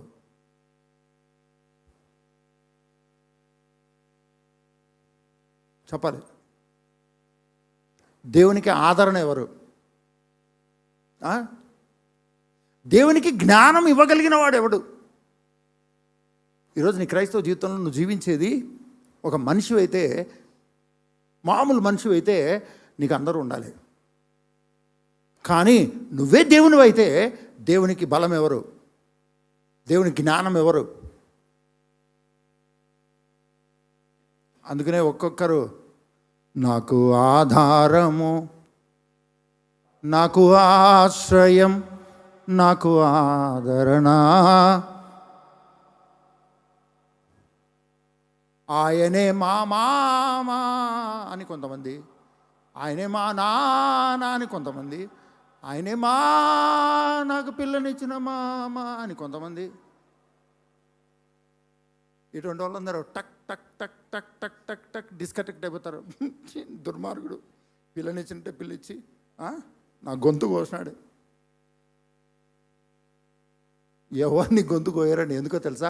నీ క్రైస్తవ జీవితంలో నువ్వు కాదు బ్రతికుంది, క్రీస్తు అంటే దేవుడు. దేవునికి ఆధారం ఎవరు? కానీ ఏడుస్తామండి మనం. ప్రభా చూసావా ప్రభా వాళ్ళు ఎట్లా అన్నారో, అయినా నీకేం పట్టదు ప్రభా. నేనంటే అందరు మోసం చేసినట్టే నువ్వు కూడా మోసం చేస్తున్నావు ప్రభా. అందరూ ఇచ్చిపెట్టారు, నువ్వు కూడా నన్ను ఇచ్చిపెట్టావు. ఎంత దుర్మార్గం ప్రభా. నువ్వు దుర్మార్గును కాదులే, కానీ ఇది క్రైస్తవుల బాధ అండి, ఉక్రోషం. నువ్వేమిస్తే ఏమి నేను, నువ్వేమిస్తే ఏమి నేను, నువ్వేమిస్తే ఏమి నేను, నువ్వేమిస్తే ఏమి నేను. మీ పక్క వాళ్ళతో చెప్పండి, దేవునికి ఆధారం దేవుడే. మరి నీకు ఆధారం ఏంటి? అది నీకు ప్రూవ్ చేయడానికి స్నేహితులు కట్టు, బంధువులు కట్టు, తల్లిదండ్రులు కట్టు. నా జీవితంలో నాకు ఒకే ఒక ఆధారం అండి, యేసుప్రభు నమ్మాను నేను. కానీ బ్రతుకుట కాదండి, బ్రతుకుట మా నాన్ననే, చావైతే కూడా మా నాయన్నే. ఆయన ఉన్నాడు కాబట్టి నేను బతికేస్తా. ఆయన ధైర్యంతో ఉన్నాను. తప్ప అండి ఏమన్నా? పిల్లలు తల్లిదండ్రులను బట్టి బతుకుతారా, లేకపోతే పక్కింటి వాళ్ళని బట్టి బతుకుతారా? నన్ను అప్రిషియేట్ చేయాలి కదండి. బ్రతుకుట క్రీస్తే చావైతే మేలన్నట్టుగా మా నాన్ననే నాకు దిక్కు. మా నాన్న ఉన్నన్ని రోజులు నాకు అడ్డు లేదు అసలు. ఏం చేసినా పోషిస్తాడు, ఎవరికొరకు పోషిస్తాడు అన్నట్టుగా. అట్లేం లేదు, ఎవరికొరకు పోషిస్తాడు అని లేదు. కానీ అలా అనుకుంటున్న మా నాన్న ఉన్నట్టుండి సిక్ అయిపోయాడండి. ఆయన సిక్కు, నేను బుక్ అయిపోయినాను.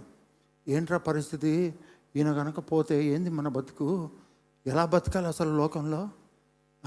మనకంటూ ఒక ఐడెంటిటీ లేదు, ఏమీ చేత కాదు, ఏం మాట్లాడడం చేత కాదు. ఆయన ఏ పని చెప్తే ఆ పని చేసుకుంటూ పోదామని నేను అలవాటు పడిపోయాను. ఈయన చూస్తే సిక్ అయిపోయాడు. నా బ్రతికేంది? నా జీవితంలో మొట్టమొదట డిస్కనెక్ట్ చేసింది నాకు ఆధారమైన మా నాన్నను.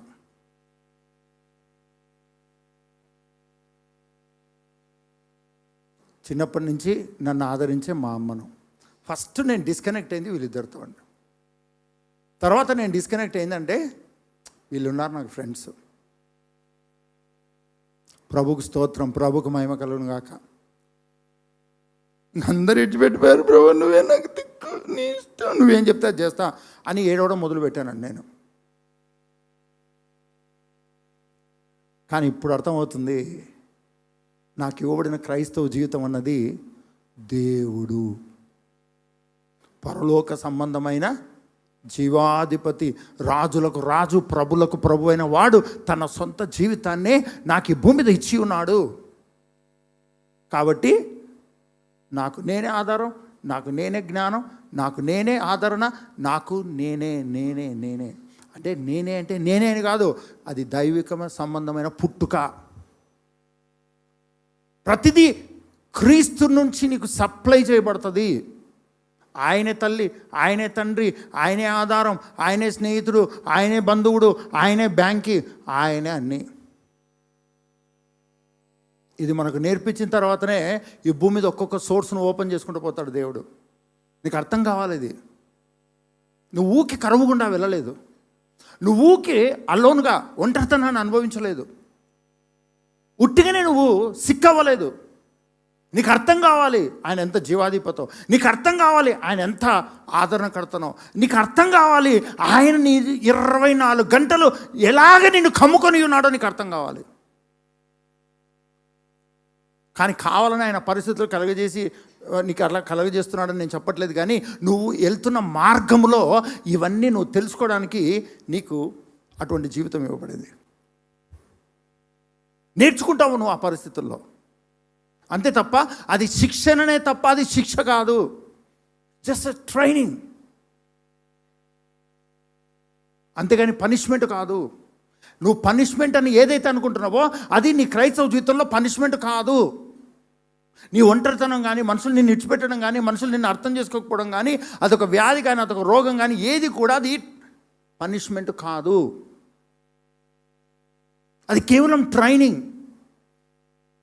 ఏం ట్రైనింగ్ అంటే జీవించుచున్నది నువ్వు కాదు, క్రీస్తే అన్న దైవికమైన జీవితం నీకు అర్థం చేయడానికి నీ చుట్టూ వచ్చే ప్రతి పరిస్థితి, నీ చుట్టూ కలిగేటువంటి మనుషులు నిన్ను ప్రభావితం చేస్తున్నారు. దాంట్లో నీకు అర్థం కావడానికి ఉన్న విషయం ఏంటంటే దేవుడు పరలోకంలో ఉన్నాడు, ఈ భూమి మీద నువ్వు ఉన్నావు. నీ వరకు మిగతా క్రైస్తవులను పక్కన పెడదాం, ఎందుకంటే నీ పరిస్థితులు నీవి. ఎవరెన్ని సాక్ష్యాలు చెప్పినా, ఎవరెన్ని దేవుని అద్భుతాల గురించి చెప్పినా, నువ్వు కోరుకునేది ఏంటంటే నా జీవితంలో ఒక అద్భుతం జరగాలి, నా జీవితంలో నేను జయించాలి, నా జీవితంలో ఇది ఒక పాయింట్ ఆఫ్ టైంకి వచ్చేసరికి ప్రభా ఏంటి నా పరిస్థితి, ప్రభా ఓకే వాళ్ళ జీవితంలో చేసావు, బైబిల్లో చేసావు, చర్చిలో వాళ్ళ జీవితంలో చేసావు, బట్ ఏంటి నా పరిస్థితి ఏంటి? ఇది నీ క్వశ్చన్. అలా నువ్వు అడిగినందుకే ప్రభు నీకున్న వాళ్ళందరినీ కూడా డిస్కనెక్ట్ చేస్తున్నాడు. డిస్కనెక్ట్ చేసి నిన్ను నిన్నుగా ఉంచకుండా నువ్వు కాదు క్రీస్తు అన్న ప్రత్యక్షతలోకి, అన్న సామర్థ్యంలోకి నిన్ను తీసుకురావడానికి ప్రభువు నిన్ను ట్రైనప్ చేస్తున్నాడు. నువ్వు ఆధారం అనుకున్న ప్రతి దాన్ని కూడా, నేను దీంతో బతికేస్తలే, నా దగ్గర ఇది ఉంది కదా దీంతో జీవించేస్తలే అన్న ప్రతిది కూడా డిస్కనెక్ట్ అయిపోతుంది. దానికి కారణం ఏంటంటే నువ్వు ఈ భూమి మీద దేవునిలాగా బతకాలి. మత్తయి సువార్త 3:16 అనుకున్నాం కదా. యేసు బాప్తిస్మం పొందిన వెంటనే నీళ్లలో నుండి ఒడ్డునకు వచ్చెను. ఇదిగో ఆకాశం తెరవబడెను, దేవుని ఆత్మ పావురము వలె దిగి తన మీదికి వచ్చుట చూచెను. మరియు ఇదిగో ఈయనే నా హృదయానుసారుడు, ఈయనే నా ప్రియకుమారుడు, ఈయన ఎంతో నేను ఆనందించిన అర్థం ఏంటంటే ఈయన నా కుమారుడు, నావన్నీ దోచుకొని, నావన్నీ స్వాధీనపరుచుకొని, నా వాటన్నీ తెలుసుకొని, వాటన్నిటినీ భూమి మీద వాడుకునేవాడు నాలాగనే. అలా సాక్ష్యం పొందినటువంటి యేసు మనము దైవ సంబంధమైన జీవితంలోకి వచ్చినట్లుగా ఆయన మన నిమిత్తం, మన స్థానంలో ఆయన బలియాగముగా అర్పించబడి మరణించి తిరిగి లేచాడు. ఆయన రక్తము చేత, క్రొత్త నిబంధన రక్తము చేత మనలను దైవత్వములోకి నడిపించాడు, దేవునిలాగా మార్చాడు, దేవుని ఆలయముగా మార్చాడు, దేవుని ఆత్మకు నివాస స్థానంగా చేశాడు. Where there is Holi spirit there is freedom. అంటే దేవుడు సృష్టి చేశాడండి, ఎవరైనా ఆపారా? అది స్వాతంత్రం. అంటే దేవుడు జలప్రలయం ద్వారా సమస్తాన్ని నాశనం చేశాడు, ఎవరైనా ఆపారా? చెప్పాలి, చెప్పాలి. అది స్వాతంత్రం అండి, అది స్వాతంత్రం. అంటే పరిశుద్ధాత్ముడు ఎక్కడ ఉంటే అక్కడ అది దైవ సంబంధమైన జీవితము. ఈరోజు నీ క్రైస్తవ జీవితం అటువంటిది. లోకం ఇటువంటి క్రైస్తవ జీవితాన్ని చూడాలనుకుంటుంది. సంఘము ద్వారా, రక్షింపబడిన విశ్వాసి ద్వారా లోకము దేవుణ్ణి చూడాలనుకుంటుంది. మనం భారతదేశంలో ఎక్కువ విగ్రహారాధన ఉండడానికి కారణం ఏంటో తెలుసా అండి? మన భారతదేశంలో ఎక్కువ విగ్రహారాధన జరగడానికి కారణం ఏంటో తెలుసా అండి? ఊరి బయట, ఊరి లోపల, ఊరి మధ్యలో, ప్రతి చోట మనుషులకు దేవుడు కావాలండి. ఒక శుభకార్యం చేస్తుంటే విగ్రహాలకు అర్పితం ఇస్తారు, బయలుదేవతలకు బలిస్తారు. ముందు ఆ శుభకార్యము ఘనంగా జరగడం కొరకు బలిస్తారు. ఊరి బయట, ఊరి లోపల, ఊరి మధ్యలో, ఊరి చుట్టూ, తూర్పు పడ ఉత్తర దక్షిణాలు ఎలా ఉంటాయో అలానే ఒక గ్రామానికి 4 వైపులా 4 రకాల దేవతలు ఉంటారండి. భారతదేశానికి, ఏ ప్రపంచంలో ఉన్న ఏ దేశాలకు దేవుడు అక్కర్లేదండి, కానీ భారతదేశానికి మాత్రం దేవుడు చాలా అవసరం. దేవుడు కావాలి వాళ్ళకు. దుఃఖం ఉన్న దేవుడు కావాలి, సంతోషం ఉన్న దేవుడు కావాలి, ఏదైనా చెయ్యాలంటే దేవుడు కావాలి.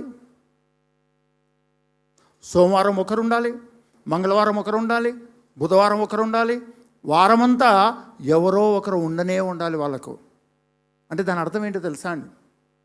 దాన్ని లోకం ఎలా చూసినా సరే నేను మాత్రం ఎలా చూస్తున్నానో తెలుసా? అసలు దేవుడు భారతదేశానికి చాలా అవసరము అని గుర్తించి వారికి తోచిన విధంగా వాళ్ళు దేవుడు దేవుడు అనుకుంటున్నారు. వాళ్ళ విశ్వాసం చొప్పున, వాళ్ళ అండర్స్టాండింగ్ చొప్పున దేవుడు దేవుడు దేవుడు అంటున్నారు. కానీ రక్షింపబడిన ఒక క్రైస్తవుడు దేవుడిని చూపించడానికి ఉన్నాడు అని నీకు అర్థమైతే, అది వాళ్ళకు అర్థమైతే ప్రభువుకు స్తోత్రం. వాళ్ళ వాళ్ళ వాళ్ళ జీవితాలు తృప్తిపరచబడతాయి, వాళ్ళ హృదయాలు తృప్తిపరచబడతాయండి. అందుకనే భారతదేశంలో ఉన్నటువంటి సంఘము సువార్తను ప్రకటించడానికి బాధ్యత తీసుకోవాలి. More than prayer. నువ్వు ప్రార్థన చేస్తావా చేయవా అది నీ వ్యక్తిగతమైన విషయం, నీకు దేవునికి సంబంధించిన విషయం. కానీ ఈ దేశానికి నీ ప్రార్థన ఇంపార్టెంట్ కాదు, ఈ దేశానికి సువార్త ఇంపార్టెంట్. ఈ దేశానికి క్రీస్తు చేసినది తెలియాలి, అది నీ ద్వారానే తెలియాలి. అందుకనే మనం గమనిస్తే అపోస్తలుల కార్యంలో మనం చూస్తే సువార్త ప్రకటించడం అన్నటువంటిదే సంఘం మీద ఉన్న బాధ్యతగా సంఘం భావించింది. ఈరోజు మనం ఉద్యోగాలు, పిల్లలు, పెళ్ళిళ్ళు కావాలి అది ఇదని విపరీతమైన ప్రేయర్ రిక్వెస్ట్లు పెట్టి చేస్తున్నాం. కానీ ఆదిమ సంఘము సువార్త ప్రకటించడము అన్నదే నీడుతో ఉంది. సువార్త ప్రకటించడం అన్న బాధ్యతలోనే ఉంది. ఇప్పుడు నేనే సరిగా లేకపోతే నేనేంది సువార్త ప్రకటించేది అన్న విపరీతమైన జ్ఞానంలోకి మనం వచ్చేసామండి. నా పరిస్థితుల్లో బాగాలేకపోతే ఇంకా నేనేంది సువార్త ప్రకటించేది. మా అమ్మలో నేను జెస్సీలో చూశానండి.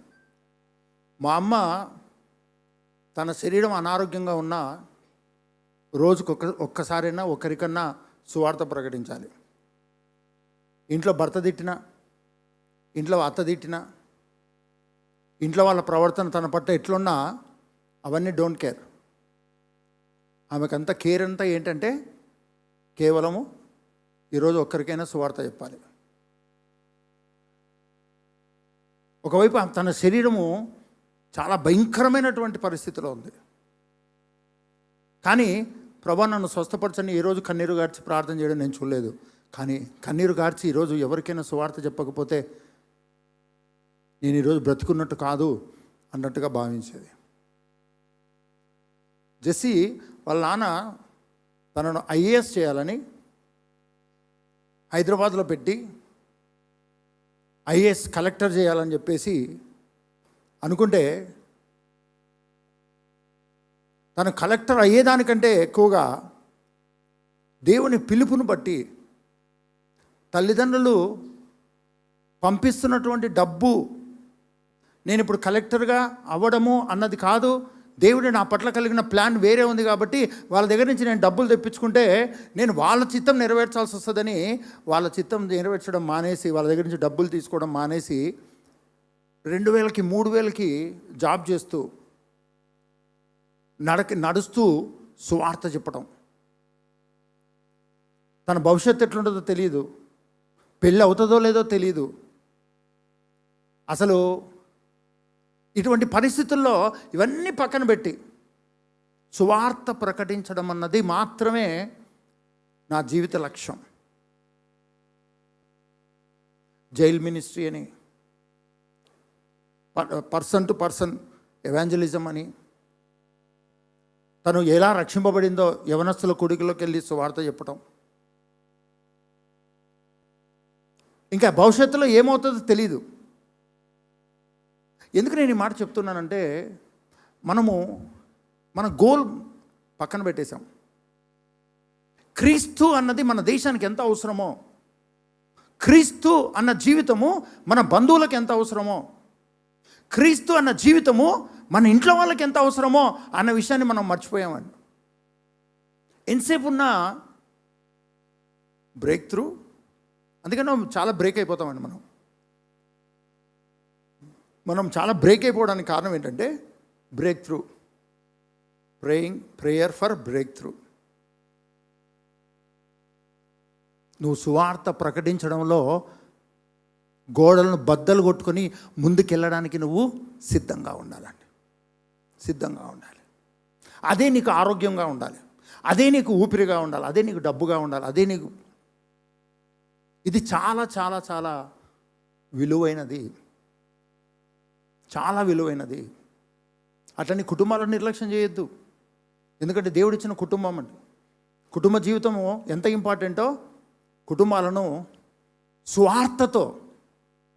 సువార్తతో నింపడం అన్నది, క్రీస్తు ద్వారా ఇవ్వబడిన జీవితాన్ని మనుషులకు అందించడం అన్నది అంతే బాధ్యత కలిగి ఉండాలి. డబ్బు చాలా ఇంపార్టెంట్, డబ్బు కూడా ఇంపార్టెంటే. డబ్బొద్దు ప్రభా నాకు అన్నవాడు మూర్ఖుడండి. కాదు, డబ్బు అవసరం, కుటుంబం అవసరం, కుటుంబ జీవితం అవసరం, రిలేషన్షిప్స్ అవసరం, స్నేహితులు అవసరం. కానీ సువార్త ప్రకటించడము అంతకంటే అవసరం అండి, అంతకంటే అవసరం. ఎందుకంటే నువ్వు చూస్తున్న ప్రపంచము, నువ్వు చూస్తున్న దేశము, నీకు వీళ్ళు విగ్రహాలను ఆరాధిస్తున్నారని నీకు కనపడుతుంది. కానీ విగ్రహాన్ని ఆరాధించడం కాదు ఇంపార్టెంట్, వాళ్ళలో దేవుడికి భయమో, దేవుడు అంటే ఇష్టమో దాన్ని వాళ్ళ ఎలా ఎక్స్ప్రెస్ చేస్తూ ఉన్నారు.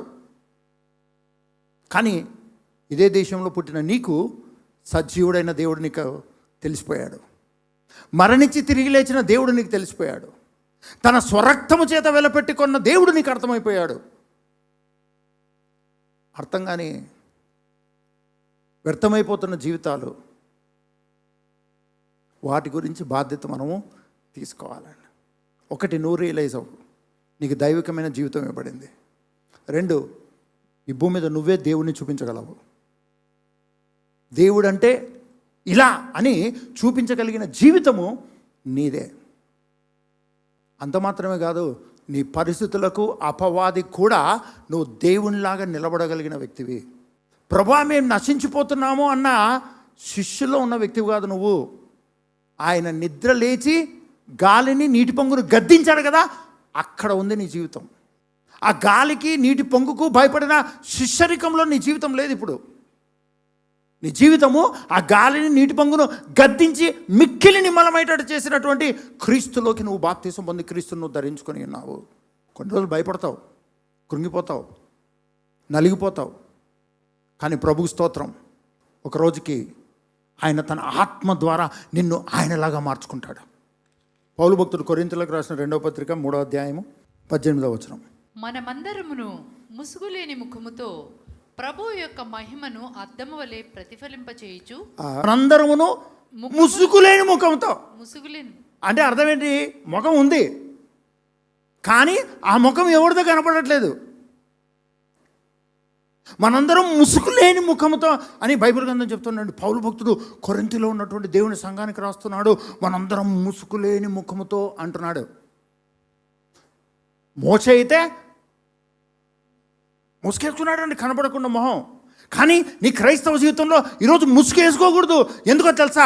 ఈ ముఖం ఇప్పుడు నీ ముఖం కాదు, క్రీస్తు ముఖము. క్రీస్తుని ధరించుకున్న ప్రతి క్రైస్తవుడు ముఖమును అందరికీ చూపించాలంటండి. ఎందుకో తెలుసా? ఆ ముఖము నీ ముఖము కాదు, ఆ ముఖము క్రీస్తు మహిమ ముఖము. మనందరమును ముసుగులేని ముఖముతో అద్దము వలె ప్రభువు యొక్క మహిమను, మనందరమును ముసుగులేని ముఖముతో ప్రభువు యొక్క మహిమను అద్దం వలె ప్రతిఫలింపజేయచ్చు, మహిమ నుండి అధిక మహిమను పొందుచు ప్రభువుకు ఆత్మచేత ఆ పోలికగానే మార్చబడుచున్నాము. అంటే ఇదంతా ఏందో తెలుసా అండి? భారతదేశం నీ ముఖం చూసి క్రీస్తుని చూడాలి. నువ్వేమో శ్రమ, కష్టము, శోధన, ఇబ్బంది, భర్త, భార్య, పిల్లలు, ఇదవ్వట్లేదు, అదవ్వట్లేదు, అది అవ్వట్లేదు, ఇది అవ్వట్లేదు అని ఒకటే ఉపవాసము, కన్నీరు, ఉపవాసము, కన్నీరు, ఉపవాసం, కన్నీరు. ఈలోగా షుగర్ వచ్చా, ఈలోగా బీపీ వచ్చా, కాళ్ళ నొప్పులు, కీళ్ళ నొప్పులు అండి. నా వేదనలో వేదకీతి పాట పాడడం మొదలు పెడుతుంది. కానీ ఈ దేశం నీ ముఖం చూడాలని ఆశపడుతుంది. ఈ దేశం క్రీస్తు ముఖమును చూడాలని ఆశపడుతుంది. నీ బంధువులు క్రీస్తు ముఖాన్ని చూడాలని ఆశపడుతున్నారు. నీ స్నేహితులు క్రీస్తు ముఖాన్ని చూడాలని ఆశపడుతున్నారు. హల్లెలూయా. నీకు ఒక విషయం చెప్పాలా వద్దా అండి? చెప్పాలా వద్దా? నువ్వు అంత hallelujah batch, praise the Lord batch దగ్గర తిరుగుతున్నావు కాబట్టి ఇట్లా ఉన్నావండి. నీకు గుర్తింపు ఉండదు, ఈయన అన్ని గాసిప్పులు అవి ఇవి. నువ్వు గనక పొరపాటున లోకంలోకి పోయినావు అనుకోండి, వాళ్ళందరూ కూడా నీకు అట్రాక్ట్ అవుతారు. నీ విలువ ఏంటో అక్కడ అర్థమవుతుందండి. దేవుడు నీకు ఇచ్చిన కృప ఏంటో చీకట్లో ఉన్న వాళ్ళకు నీ వెలుగేంటో అర్థమవుతుంది. ప్రభు యొక్క మహిమ తోటి క్రైస్తవులకు అర్థం కాకపోవచ్చు, నీకు బాప్తిసం ఇచ్చిన వ్యక్తికి అర్థం కాకపోవచ్చు. ఏసైకి బాప్తిసం ఇచ్చింది ఎవరు? తర్వాత ఏమన్నాడు? శిష్యులను పంపించాడండి. పంపించి ఏమన్నాడు? అడిగి రాపండి అన్నాడు. ఏం అడిగి రావాలంట? దారుణం. బాప్తిసం ఇచ్చింది ఎవరు? ఆ యోహాను బాప్తిసం ఇవ్వకముందు ఏమన్నాడు? నాకు బాప్తిసం ఏంటే, అయ్యో నువ్వు నాకు బాప్తిసం ఇవ్వాలా, నేను నీ చెప్పుల వేరు ఏమంటారు దాన్ని విప్పడానికి కూడా నేను అర్హుని కాదు అంటే బాప్తిజం ఇచ్చాడండి. అంతకుముందేమో నువ్వే గొప్ప అన్నాడండి. ఇప్పుడేమో నేను నిజంగా గొప్పనివో కాదా అని అడుగుతున్నాడండి. మీ పక్క వాళ్ళని చూడండి, బాప్తిజం ఇచ్చిన కూడా నిన్ను ఏం చేస్తాడో తెలియదు. నీ పెద్ద డిప్రెషన్ ఏంటో తెలుసా అండి? సేవకుడు ఇట్లా అన్నాడు, నేను చర్చికి రాను. ఆ సిస్టర్ రోజు ప్రేజ్ రాడని ఒక వాక్యం పెట్టేది, నన్ను బ్లాక్ చేసింది. ఈ మధ్యలో కక్ష నేను ఇంతకుముందు ఎవరి మీదనన్నా మనకు కోపం అసూయ ఉంటే చేతబడులు చేసేవాళ్ళండి. అవునా కదా? ఎవరిని చేతబడులు వాళ్ళు ఎవడు వాడుతున్నారండి? అంత ఓల్డ్ టెక్నాలజీ అంతా. వేరే బాడీకి నీ మొహం తగిలిస్తే అయిపోయా. పెద్ద చేతబడి అండి అది. దాన్ని మించిన చేతబడే లేదు. నిజం. టెక్నాలజీ అనేది భయంకరమైన చేతబడి అండి. ఒక మనిషిని నాశనం చేయాలంటే మాత్రం సూపర్. గట్టిగా హల్లెలూయా చెప్తామండి. నేను చెప్పమంటే చెప్పడమేనా అండి? దేనికి హల్లెలూయా చెప్తున్నారో అది కూడా తెలియకుండా చెప్పడమేనా? మనందరము ప్రభు యొక్క మహిమను అద్దము వలె ప్రతిఫలింప చేయుటకు దేవుని ఆత్మ మనలను మహిమ నుంచి అత్యధిక మహిమలోకి నడిపించుచున్నాడు. హల్లెలూయా. ఈ అనుభవము నీ క్రైస్తవ జీవితంలో నీకు అర్థమైందా లేదా? నీకు కావాల్సిన వాటిని దేవుణ్ణి అడగడం తప్పు కాదు, కన్నీరు కార్చడం తప్పు కాదు, కానీ అదే నీ జీవిత లక్ష్యంగా నువ్వు ఎప్పుడు పెట్టుకోవద్దు. అదే నీ జీవిత లక్ష్యంగా పెట్టుకోవద్దు. ఎందుకంటే నీ లక్ష్యం ఏంటో తెలుసా? ఈ దేశానికి క్రీస్తు ముఖము నువ్వే. క్రైస్తవ సంఘమే ఈ దేశానికి దేవుని వెలుగు. అందుకనే నువ్వు రక్షింపబడిన రోజే ఈ దేశానికి నువ్వు వెలుగు అని చాలామంది నన్ను అడిగేవాళ్ళండి. పరిచర్య ప్రారంభించిన మొట్టమొదటి రోజుల్లో నుంచి, మీరు ఎప్పుడు అమెరికాకు పోరా అని. అమెరికాకి ఎందుకు పోవాలండి మనం? అమెరికాకు పోయి ఏం చేస్తామండి మనం? మన దేశం కంటే మన దేశానికి వెలుగు అవసరం. అమెరికాకు పోయి మనం ఏం చేస్తాం? అందుకని ఏ రోజు కూడా నేను అమెరికా వెళ్ళి పరిచర్య చేయాలి ప్రభువా అని ఏ రోజు కూడా అడగలేదు. ఇంకో దేశానికి నన్ను తీసుకెళ్ళి ప్రభువా అని కూడా నేను అడగను కూడా. ఆయన చిత్తం. కానీ ఈ దేశంలో ఉన్న నన్ను ఈ దేశం కొరకు వాడుకో. ఈ దేశం కొరకు వాడుకో ప్రభువా. నా ముఖము క్రీస్తు మహిమను ప్రకాశింప చేస్తున్నటువంటి ముఖముగా ఈ దేశానికి నేను కనపడాలి, నేను చూపించాలి. ఏది మానొద్దు నువ్వు. నీ ఉద్యోగం మానొద్దు, నువ్వు బిజినెస్ మానొద్దు, నీ ఏ వృత్తిని మానొద్దు. అది తప్పో రైటో నువ్వు చేసుకుంటూ పో, నువ్వు చేస్తూ వెళ్ళు. Be faithful in your work. నమ్మకంగా చేయి. ఇది చేస్తే తప్పేమో, అది చేస్తే తప్పేమో అంటే అడుక్కు తినాల్సి వస్తుందండి. మనం అడుక్కునే తినాల్సి వస్తుంది. నువ్వు చేసే పని నమ్మకంగా చేయి, అంతే. కన్ఫ్యూజన్లో చేయొద్దు, నమ్మకంగా చేయి. అది రైట్ అయితే దాంట్లో నువ్వు గ్రో అవుతూ ముందుకెళ్తావు. అది రైట్ కాకపోతే రైట్ దాంట్లోకి షిఫ్ట్ అయిపోయి గ్రో అయిపోతావు. ఏది మానుకోవడానికి ప్రయత్నం చేయొద్దు. కొన్ని గ్రూపులు ఉంటాయండి, ఆ గ్రూపుల వాళ్ళు ఏం చేస్తారో తెలుసా అండి? పెద్ద బ్యాంకునో దేనో దొంగతనం చేయాలంటే ఒక బలిని అర్పించి వెళ్ళి దొంగతనం చేస్తారండి. మీరు నన్ను విచిత్రంగా చూడవచ్చు, కానీ ప్రభుకు స్తోత్రం, ఈరోజు వాళ్ళు మారిపోయి సువార్థికులుగా ఉన్నారు. నువ్వు చేసేది నువ్వు చెయ్యి, అంతే. కన్ఫ్యూజ్ అవ్వద్దు. నమ్మకంగా చెయ్యి, నమ్మకంగా మోసం చేయి, నమ్మకంగా నీతిగా బతుకు. కానీ క్రైస్తవునిగా మాత్రం నువ్వు ఉన్నావనే విషయం మర్చిపోవద్దు. క్రైస్తవ జీవితము ఆయన మహిమ నా ముఖములో ప్రకాశింపజేయబడాలి. మహిమ యొక్క ప్రభావం, ఎంత మహిమ ప్రభావం ఉండాలంటే, నా ఏ పార్ట్ ఎటువైపు నుంచి నన్ను చూసినా ఆ మహిమ, ప్రభు యొక్క మహిమ మాత్రమే ప్రజ్వలింపజేయబడాలి అన్న తీవ్రతలో నువ్వు ఉండు. నువ్వు క్యారెక్టర్ మార్చుకోవడం కాదు, అసలు నువ్వే మారిపోయావు, ఆయనే ఉన్నాడు. నీతోనే ఉండుటాయే జీవితవాంఛయ్యా,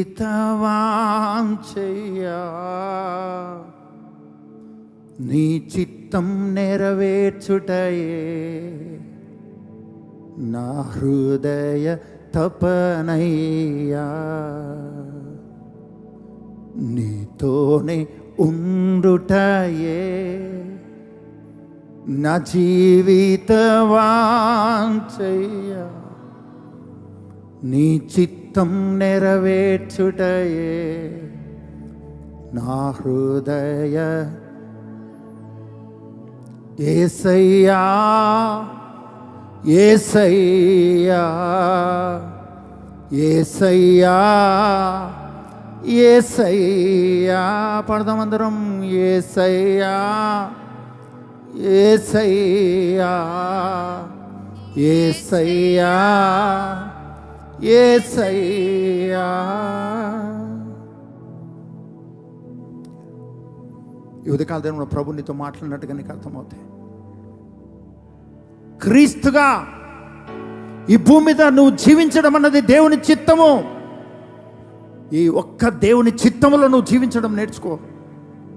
అది నీకు ఇవ్వబడింది. ఒకవేళ నువ్వు ఇంకా బాప్తీసం పొందకపోతే ఆ దేవుని చిత్తమైన క్రీస్తు, ఆ క్రీస్తు జీవితాన్ని భూమి మీద జీవించినట్లుగా, నువ్వు ఉన్న దేశం, నువ్వు ఉన్న ప్రాంతానికి క్రీస్తును చూపించినట్లుగా బాప్తీసం పొందు. బాప్తీసం పొందిన నీవు దేనికి భయపడద్దు. భయం కలుగుతుంది. ఎందుకంటే ఆ భయం అనేది ఈ భూమి మీద ఉంది. పాపము ఈ భూమి మీద ఉంది. ఇంకా యేసయ్య ఆ పాపాన్ని తీసుకొని వెళ్ళిన దేవుని గొర్రెపిల్ల అని తెలియని ప్రజలు ఉన్నారు. కాబట్టి మనుషులు నిలబెట్టారు ఆ పాపాన్ని ఈ భూమి మీద. కంగారు పడద్దు, అది నిన్నేం చేయలేదు. కరువు ఉంది, దరిద్రత ఉంది, వ్యాధి ఉంది, రోగం ఉంది. ఇవన్నీ తీసేసిన వాడు తన జీవితాన్ని నీకు ఇచ్చి ఉన్నాడు. ఏది ఎంత మాత్రం నిన్ను ప్రభావితం చేయని క్రైస్తవ జీవితం నీకు ఇవ్వబడింది. చీకట్లో ఉన్నవారు నీలో ఉన్న వెలుగు ప్రకాశమైన, మహిమ ప్రకాశమైన ప్రభును చూడాలని ఆశపడుతూ ఉన్నారు. నువ్వే ఒక సువార్త, నువ్వే క్రీస్తును గురించిన వార్తను ప్రకటించాల్సిన వ్యక్తివి. దీని కొరకు నువ్వు ప్రయాసపడడానికి సమయం అనక అసమయం అనక, నీ పరిస్థితులతో సంబంధం లేకుండా, నీ శరీరంతో సంబంధం లేకుండా సువార్తను ప్రకటించడానికి సిద్ధంగా ఉంటావా? నీకు ఇవ్వబడిన జీవితాన్ని చూపించడానికి సిద్ధంగా ఉంటావా? ఎటువంటి ముసుగు లేకుండా ప్రభు యొక్క మహిమను అద్దం వలె ప్రతిఫలింపచేయుటకు నీలో పరిశుద్ధాత్ముడు దినము మహిమ మహిమ మహిమ, ప్రభు యొక్క మహిమ, ప్రభు యొక్క మహిమ, ఆయన అభిషేకపు మహిమ, ఆయన వెలుగు ప్రభావం యొక్క మహిమ, ఓ ఆయన వెలుగు యొక్క ప్రకాశము నీలో నీ పైన ప్రకాశింప చేయడానికి, అది మనుషులు చూచున్నట్లుగా, నీ బంధువులు, మిత్రులు, స్నేహితులు, ఈ లోకం చూచున్నట్లుగా నీ క్రైస్తవ జీవితంలో ముందుకు సాగుతావా? నీ అవసరతల గురించి దేవుణ్ణి అడగొద్దని నేను చెప్పట్లేదు, కన్నీరు కార్చొద్దని నేను చెప్పట్లేదు. కానీ నీ లక్ష్యం అది కాదు. నీ లక్ష్యము క్రీస్తు కనపడాలి. ఈ దేశం క్రీస్తును చూడాలి నీలో. ఇది నీ లక్ష్యం, ఇది నీ జీవిత లక్ష్యం. ఏ బిజినెస్ మానొద్దు, ఏ చదువు మానొద్దు, ఏది మానొద్దు, కానీ క్రీస్తుగా బ్రతుకు. క్రీస్తుని నమ్ము, ఆయన ప్రభావ మహిమను నమ్ము. నిన్ను చూచువారు ఆయన మహిమను చూస్తున్నారని నమ్ము.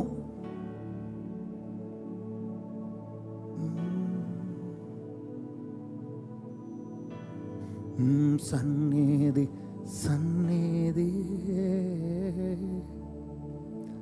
సన్నిధి సన్నిధి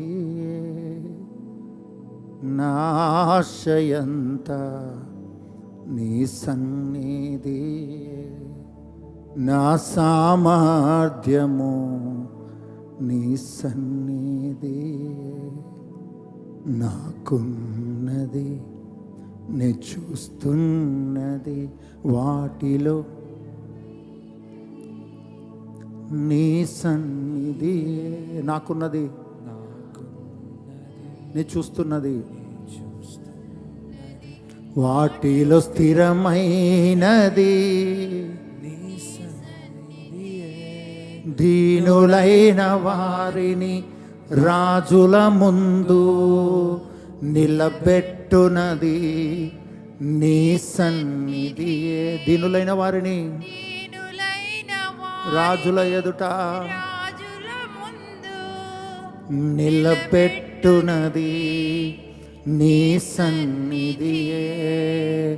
సన్నిధి సన్నిధియే, సన్నిధి సన్నిధి. నా ఆశ ఎంత? Thank you holy ghost. నన్ను బలపరచువాడా, నీ అందే నేను సమస్తము చేయగలను. నా ఆశ ఎంత? నా సామర్థ్యము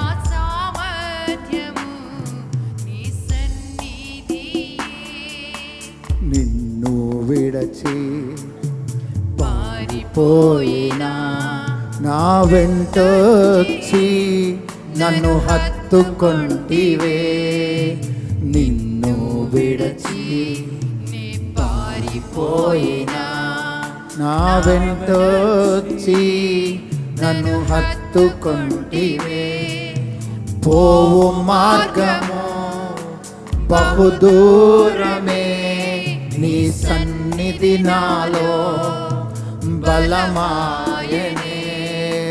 పోవు మార్గము బహుదూరమే, నీ సన్నిధి నాలో బలమాయనే. పోవు మార్గము, పోవు మార్గము బహుదూరమే, నీ సన్నిధి నాలో బలమాయను. అందరూ పడతాం. సన్నిధి సన్నిధి సన్నిధియే, సన్నిధి సన్నిధి. నా ఆశ ఎంత? ఆశ ఎంత? నీ సన్నిధి నా సామర్థ్యము. ప్రభా కోట్లాది వందనాలు, స్తోత్రాలు.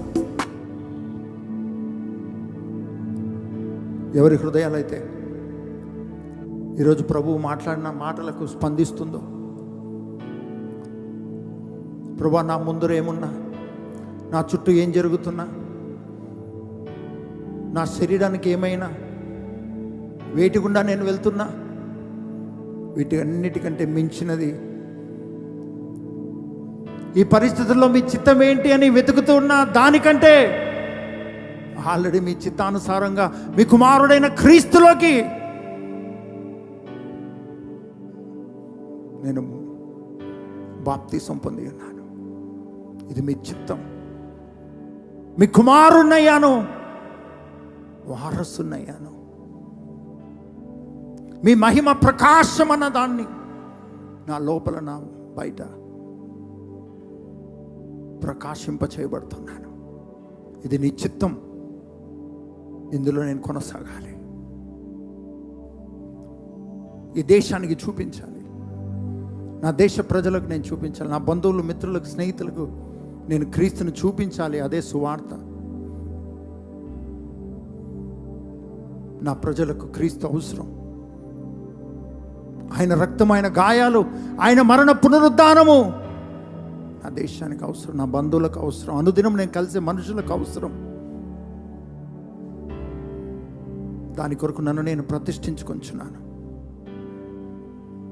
ఈ తీవ్రత నీలో కలుగుతుంటే, క్రీస్తును చూపించాలనే స్వార్థ సంబంధమైన దాహం నీలో అధికమవుతున్నట్టయితే దయచేసి నిలబడి నీ కుడి చేయి పైకెత్తు. పరిశుద్ధాత్ముడా,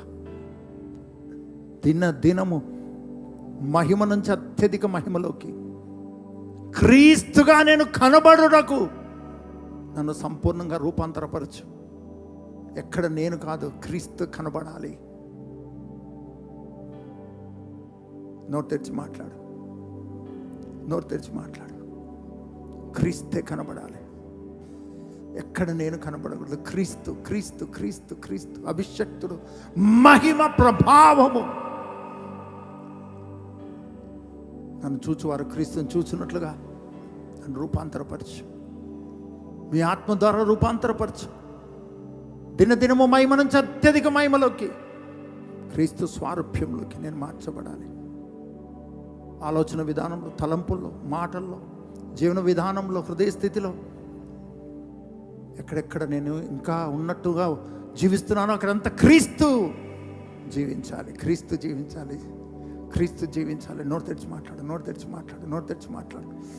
షబా హతారాబా ఖషఖ బాబా బాబా లోహబాతా కుషఖదురు షదతదబా లిడుదుని ఖం దరువదుష్ ఖతదుబుష్ ఖలతలలిలలబ షఖబాబా రుదుకు షతదఖీన్ దబహున్ దఖలదలబ షఖలాబా అర్బదుష్ ఖతలీందర బిలఖుందురుదుహుష్ గిల్లెదు కుమాందదై కలబా zdekher khundru khotatarin khazitani kunchlo tolash tlikaba mamadushi mehetolodo hat dini halta de. Thank you Holy Ghost. ola hanti didilan concert ladrika na బంధువులకు, నా ఇరుగు పొరుగు వారికి, మా దేశ ప్రజలకి, చీకట్లో ఉన్న ప్రతి ఒక్కరికి వారికి వెలుగు కావాలి ప్రభువా. వ్యాధిగ్రస్తులకు జీవం కావాలి ప్రభువా. బ్రతకడమే వ్యర్థమన్న వ్యక్తులకు క్రీస్తు జీవితాన్ని అందించాలి. షబోతర హనజియాహత దూష్కిలతమా హతితలవా రహలిమియో షఖలందల బాబా బాబా బాబా. నేను ఎక్కడెక్కడ ఫెయిల్ అవుతున్నానో క్రీస్తు అభిషక్తుని బలము చేత జయించాలి, నిలబడాలి, ధైర్యంగా కొనసాగాలి. అల్తమా కుర్రటతబాక షాటాక బాబా లుండి రెడ్డి ఖాన షాక్లో దొరబా. నన్ను ఓడించే, నన్ను పడగొట్టే, నన్ను బలహీనపరిచే, వ్యాధిని కలుగజేసే, దుఃఖాన్ని కలుగజేసే ప్రతి పరిస్థితికి నేను క్రీస్తుగా కనబడి క్రీస్తు సామర్థ్యంతో ముందుకెళ్ళాలి, క్రీస్తు జీవంతో ముందుకెళ్ళాలి, క్రీస్తు మహిమ ప్రకాశముతో ముందుకెళ్ళాలి. జయ జీవితం, అత్యధిక జీవితంతో ముందుకెళ్ళాలి. నేను చేసే బిజినెస్, నేను చేసే ఉద్యోగం, నేను చేసే చదువు, ప్రతి ఏరియాలో క్రీస్తు అభిషక్తుడు చేస్తే ఎలా ఉంటుందో అలా వర్ధిల్లాలి, అలా వర్ధిల్లాలి, అలా వర్ధిల్లాలి, అలా వర్ధిల్లాలి, అలా మహిమకరంగా ఉండాలి. భయపడి వణికిపోయే శిష్యులుగా ఉండకూడదు. ఓ గాలిని, నీటి పొంగును గద్దించిన క్రీస్తులాగా నేను ఉండాలి. మా మరణించి సమాధి చేయబడి ఉన్న లాజరు పొజిషన్లో కాదు, లాజరు బయటికి రా అని పిలిచిన క్రీస్తు పొజిషన్లో నేను జీవించాలి.